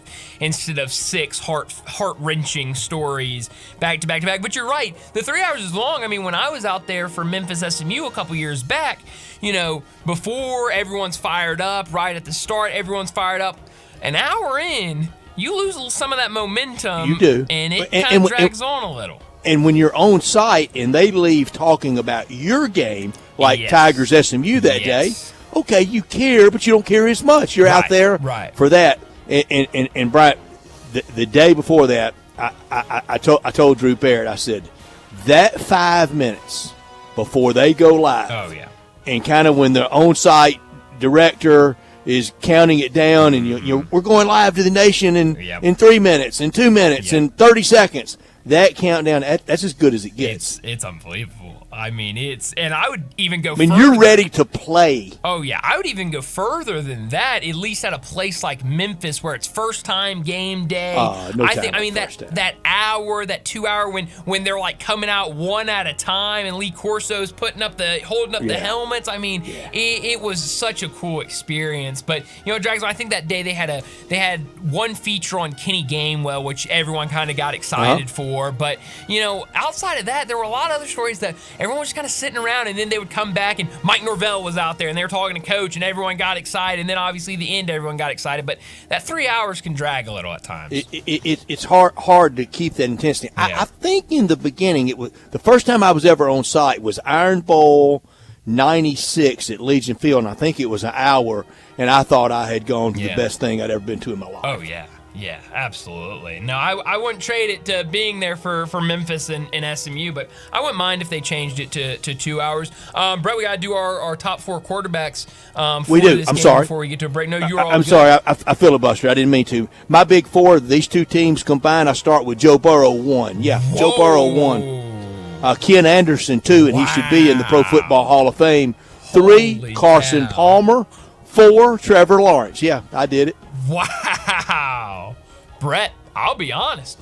I don't have Joe Burrow on my list. I have him outside of the top 4 all We're seeing how good he is right now. Right. No, that's a really good point. But he's had trouble staying on the field at times. I mean, sure has. These injuries have started to pile up. Number 4 for me, Trevor Lawrence. I'm right there with you on Trevor Lawrence. Number 3, Boomer Esiason. I mean, how could you not have Got him to a Super Bowl. That's very true. And I have him number 3 for me. Mark Brunell, number 2. And then Ken Anderson, number 1 for me. And you're absolutely right. Should be in the Hall of Fame for sure. Did you see where Jimmy Leland got voted into Cooperstown? I did. Lou Piniella, 1 vote shy. Yeah. And I think we're now settling in. If you ever won a World Series, you're going to get in someday. Yes, I think so. And it was cool to see him get voted in yesterday. But it should be a really fun game tonight.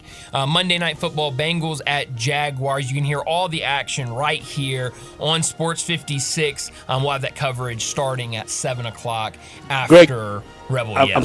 I'm sorry. Greg Gaston had a great tweet today, maybe even said it on the air as well. On the bus for Jim Leland, he's got to be burning one because he was always smoking in the dugout. That would be great. That would be awesome. But let's go ahead and get to our final break of the day. And when we come back, we'll wrap up today's show with Taco Bell Crunch Time. Broadcasting from the Family Leisure Studio, we are Sports 56 and 98.5 FM. Wow, I feel good. Shopping at Drive Max. Drive Max, you get value. Need a car that screams I feel good? Drive Max has it all. From cars to SUVs, find a tightly inspected used car that'll have you dancing all the way home. Call 901-664-2424 or visit DriveMaxApproval.com. Drive Max, I got approved. Hey, what's up, everybody? This is your buddy Johnny Radio. I'm here with Mark, the owner of Dyer's, out in Collierville's historic town square, where they've been cooking up them burgers since 1912, the old-fashioned way. Mark, what's going on in life? I see you got your 4 kids with you. What do they love about Dyer's? Man, they love everything about Dyer's. They love all the great food that we serve, and they really like eating our good food and watching some of their favorite sports. Braden, what do you like at Dyer's? I like a bacon burger with fries, a milkshake, and with a Tigers game in the background. Carter, who's your favorite football team? The Carolina Panthers, and just with some macaroni with that sounds amazing. My man Beckham, what's your favorite food over at Dyer's? We like the double cheeseballs. Kinley, what is your favorite dish over at Dyer's? Daddy's cheeseburgers and the Dallas Cowboys game in the background. Just remember, everybody, bring your family, bring your friends, bring your team out and eat at our place. So head on over to Dyer's in Collierville's historic town square. At Genesis Diamonds, we're rolling back prices and finance rates so you can get that special someone the most special gift ever. Maybe it's that pair of diamond earrings or that all-new designer fashion bracelet or that dazzling 2-carat diamond ring. It's all more affordable because at Genesis, we've got special pricing across the board and 0 interest for 5 years. So you can get that $3,000 diamond pendant and pay just $50 a month or that $6,000 eternity band for just $100 a month. Everything's included in this amazing holiday offer. All our GIA certified natural diamonds and all our lab-grown diamonds, even all our luxury pre-owned Rolex watches. Imagine that $15,000 Rolex for just $250 a month. You can even finance the sales tax. Don't let talk of rising prices and high interest rates dampen your holiday spirit. At Genesis, we're lowering prices and taking interest rates down to 0. Get that headliner gift they deserve and make your money go farther than ever. Merry Christmas from Genesis Diamonds at Poplar and Perkins Extended on approved credit. Do you know one of the best things you can do for your employees or family's health? Provide Arctic Clear bottled water. Arctic Clear bottled water is your locally owned and operated bottled water provider. Arctic Clear is 100% natural spring water with free delivery and setup, dependable service, and no long-term contracts. What an easy choice. Call Jeff Manus today, 901-382-2363, or visit arctic-clear.com. Arctic Clear bottled water. Call now, 382-2363. That's 382-2363. Now, this is the weather Sunrise was made for. You can enjoy sunrise downtown on Jefferson or sunrise east on Poplar all year long. But there's something special about tucking into a hot, fresh, delicious breakfast when there's just a bit of cool in the air. It's true for lunch, too. There's nothing like a perfect burger when you've got your coat hanging on the back of your chair. You know the food at both Sunrise locations is made just for you when you order it. And now you can enjoy it while you're not being outside in the cold. Warm up with some Sunrise. Rich Eisen here from Monday Night Football on Westwood One. AFC action coming up with the Jaguars hosting the Bengals. Trevor Lawrence and Jacksonville are 8-3 and have their eye on the #1 conference seed. Now they face Cincinnati without injured star Joe Burrow. Kevin Harlan and Kurt Warner have the call on air and on the free live stream sponsored by AutoZone on Monday Night Football. Right here on Sports 56. As the weather gets colder, the NFL offers Stay Hot on FanDuel. Right now, new customers get $150 in bonus bets with any winning $5 moneyline bet. That's $150 if your team wins. If you've been thinking about joining FanDuel, there's no better time to get in on the action. The app is so easy to use. There's a wide range of betting options, spreads, player props, over-unders, and more. I like putting parlay bets together, hammering the overs, and anytime player touchdown bets always have me on the edge of my seat. So if you're ready to do the same, visit FanDuel.com/win and kick off the NFL season. That's FanDuel.com/win. FanDuel, official partner of the NFL. 21 plus and present in Tennessee. First online real money wager only. $5 pregame money line wager required. First online real money wager only. $10 first deposit required. Bonus issued as non-withdrawable bonus bets. It expires 7 days after receipt. See terms at sportsbook.fanduel.com. Gambling problem? Call TN Redline 1-800-889-9789. Now, back to Sports Time on Sports 56 and 98.5 FM. This hour is brought to you by Hewlett & Dunn, Boot and Jean Company in Collierville. Here once again are Brett Norsworthy and Bryant Dacus. Go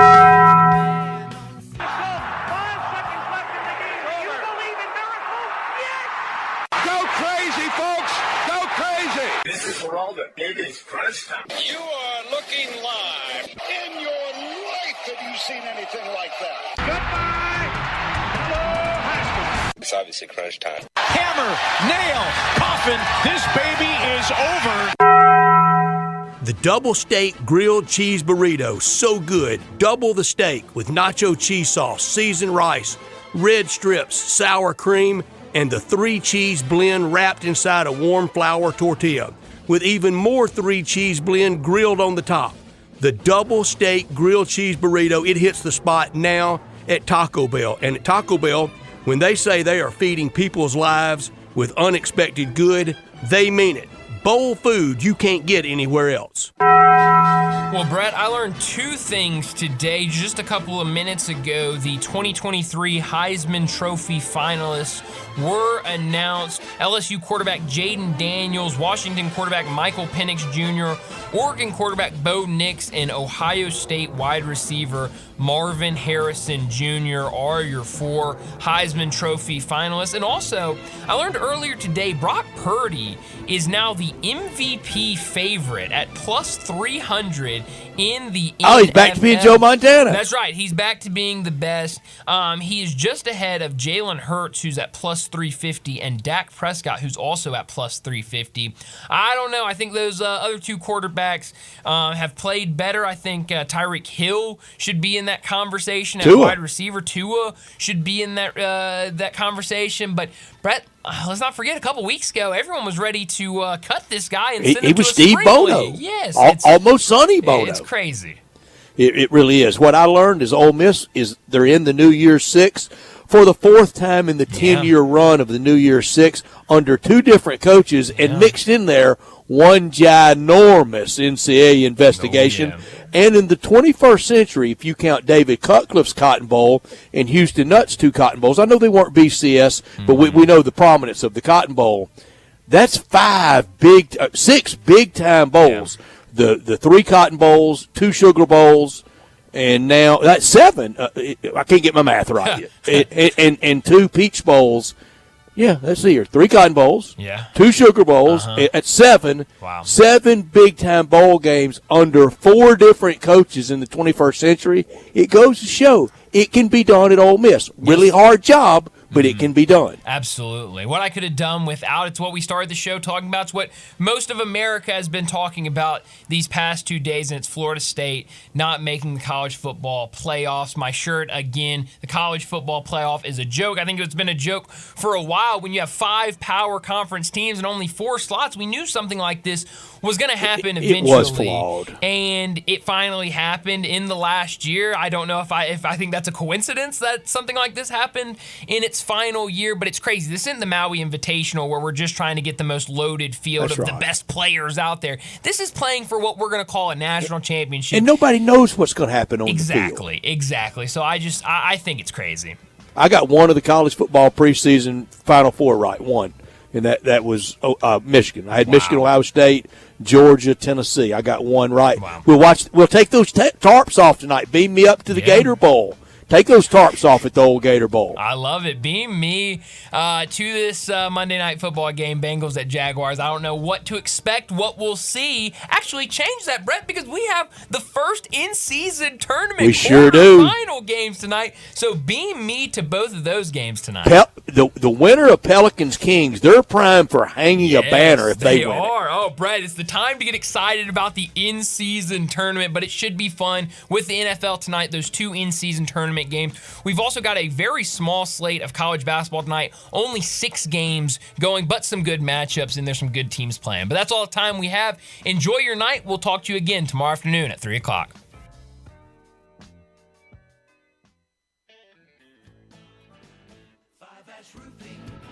It's what we do. Roofing and siding, gutters too. We're the pros you can trust to get it done right. Call on us. 5-Ash Roofing, the name to know. 5-Ash Roofing, the only way to go. 5-Ash Roofing, it's what we do. 5-Ash Roofing. Is that not the corniest thing you've ever heard? Can you believe I paid good money for that silly jingle? Well, the experts say make it memorable, and I think I got my money's worth. 5-Ash Roof Services, proud partner of the Memphis Tigers and the official roofer of the Tigers home team. 5-Ash Roofing, 367-0050 or memphisroofer.com. 367-0050 or memphisroofer.com. 5-Ash Roofing, it's what we do. We're here for you.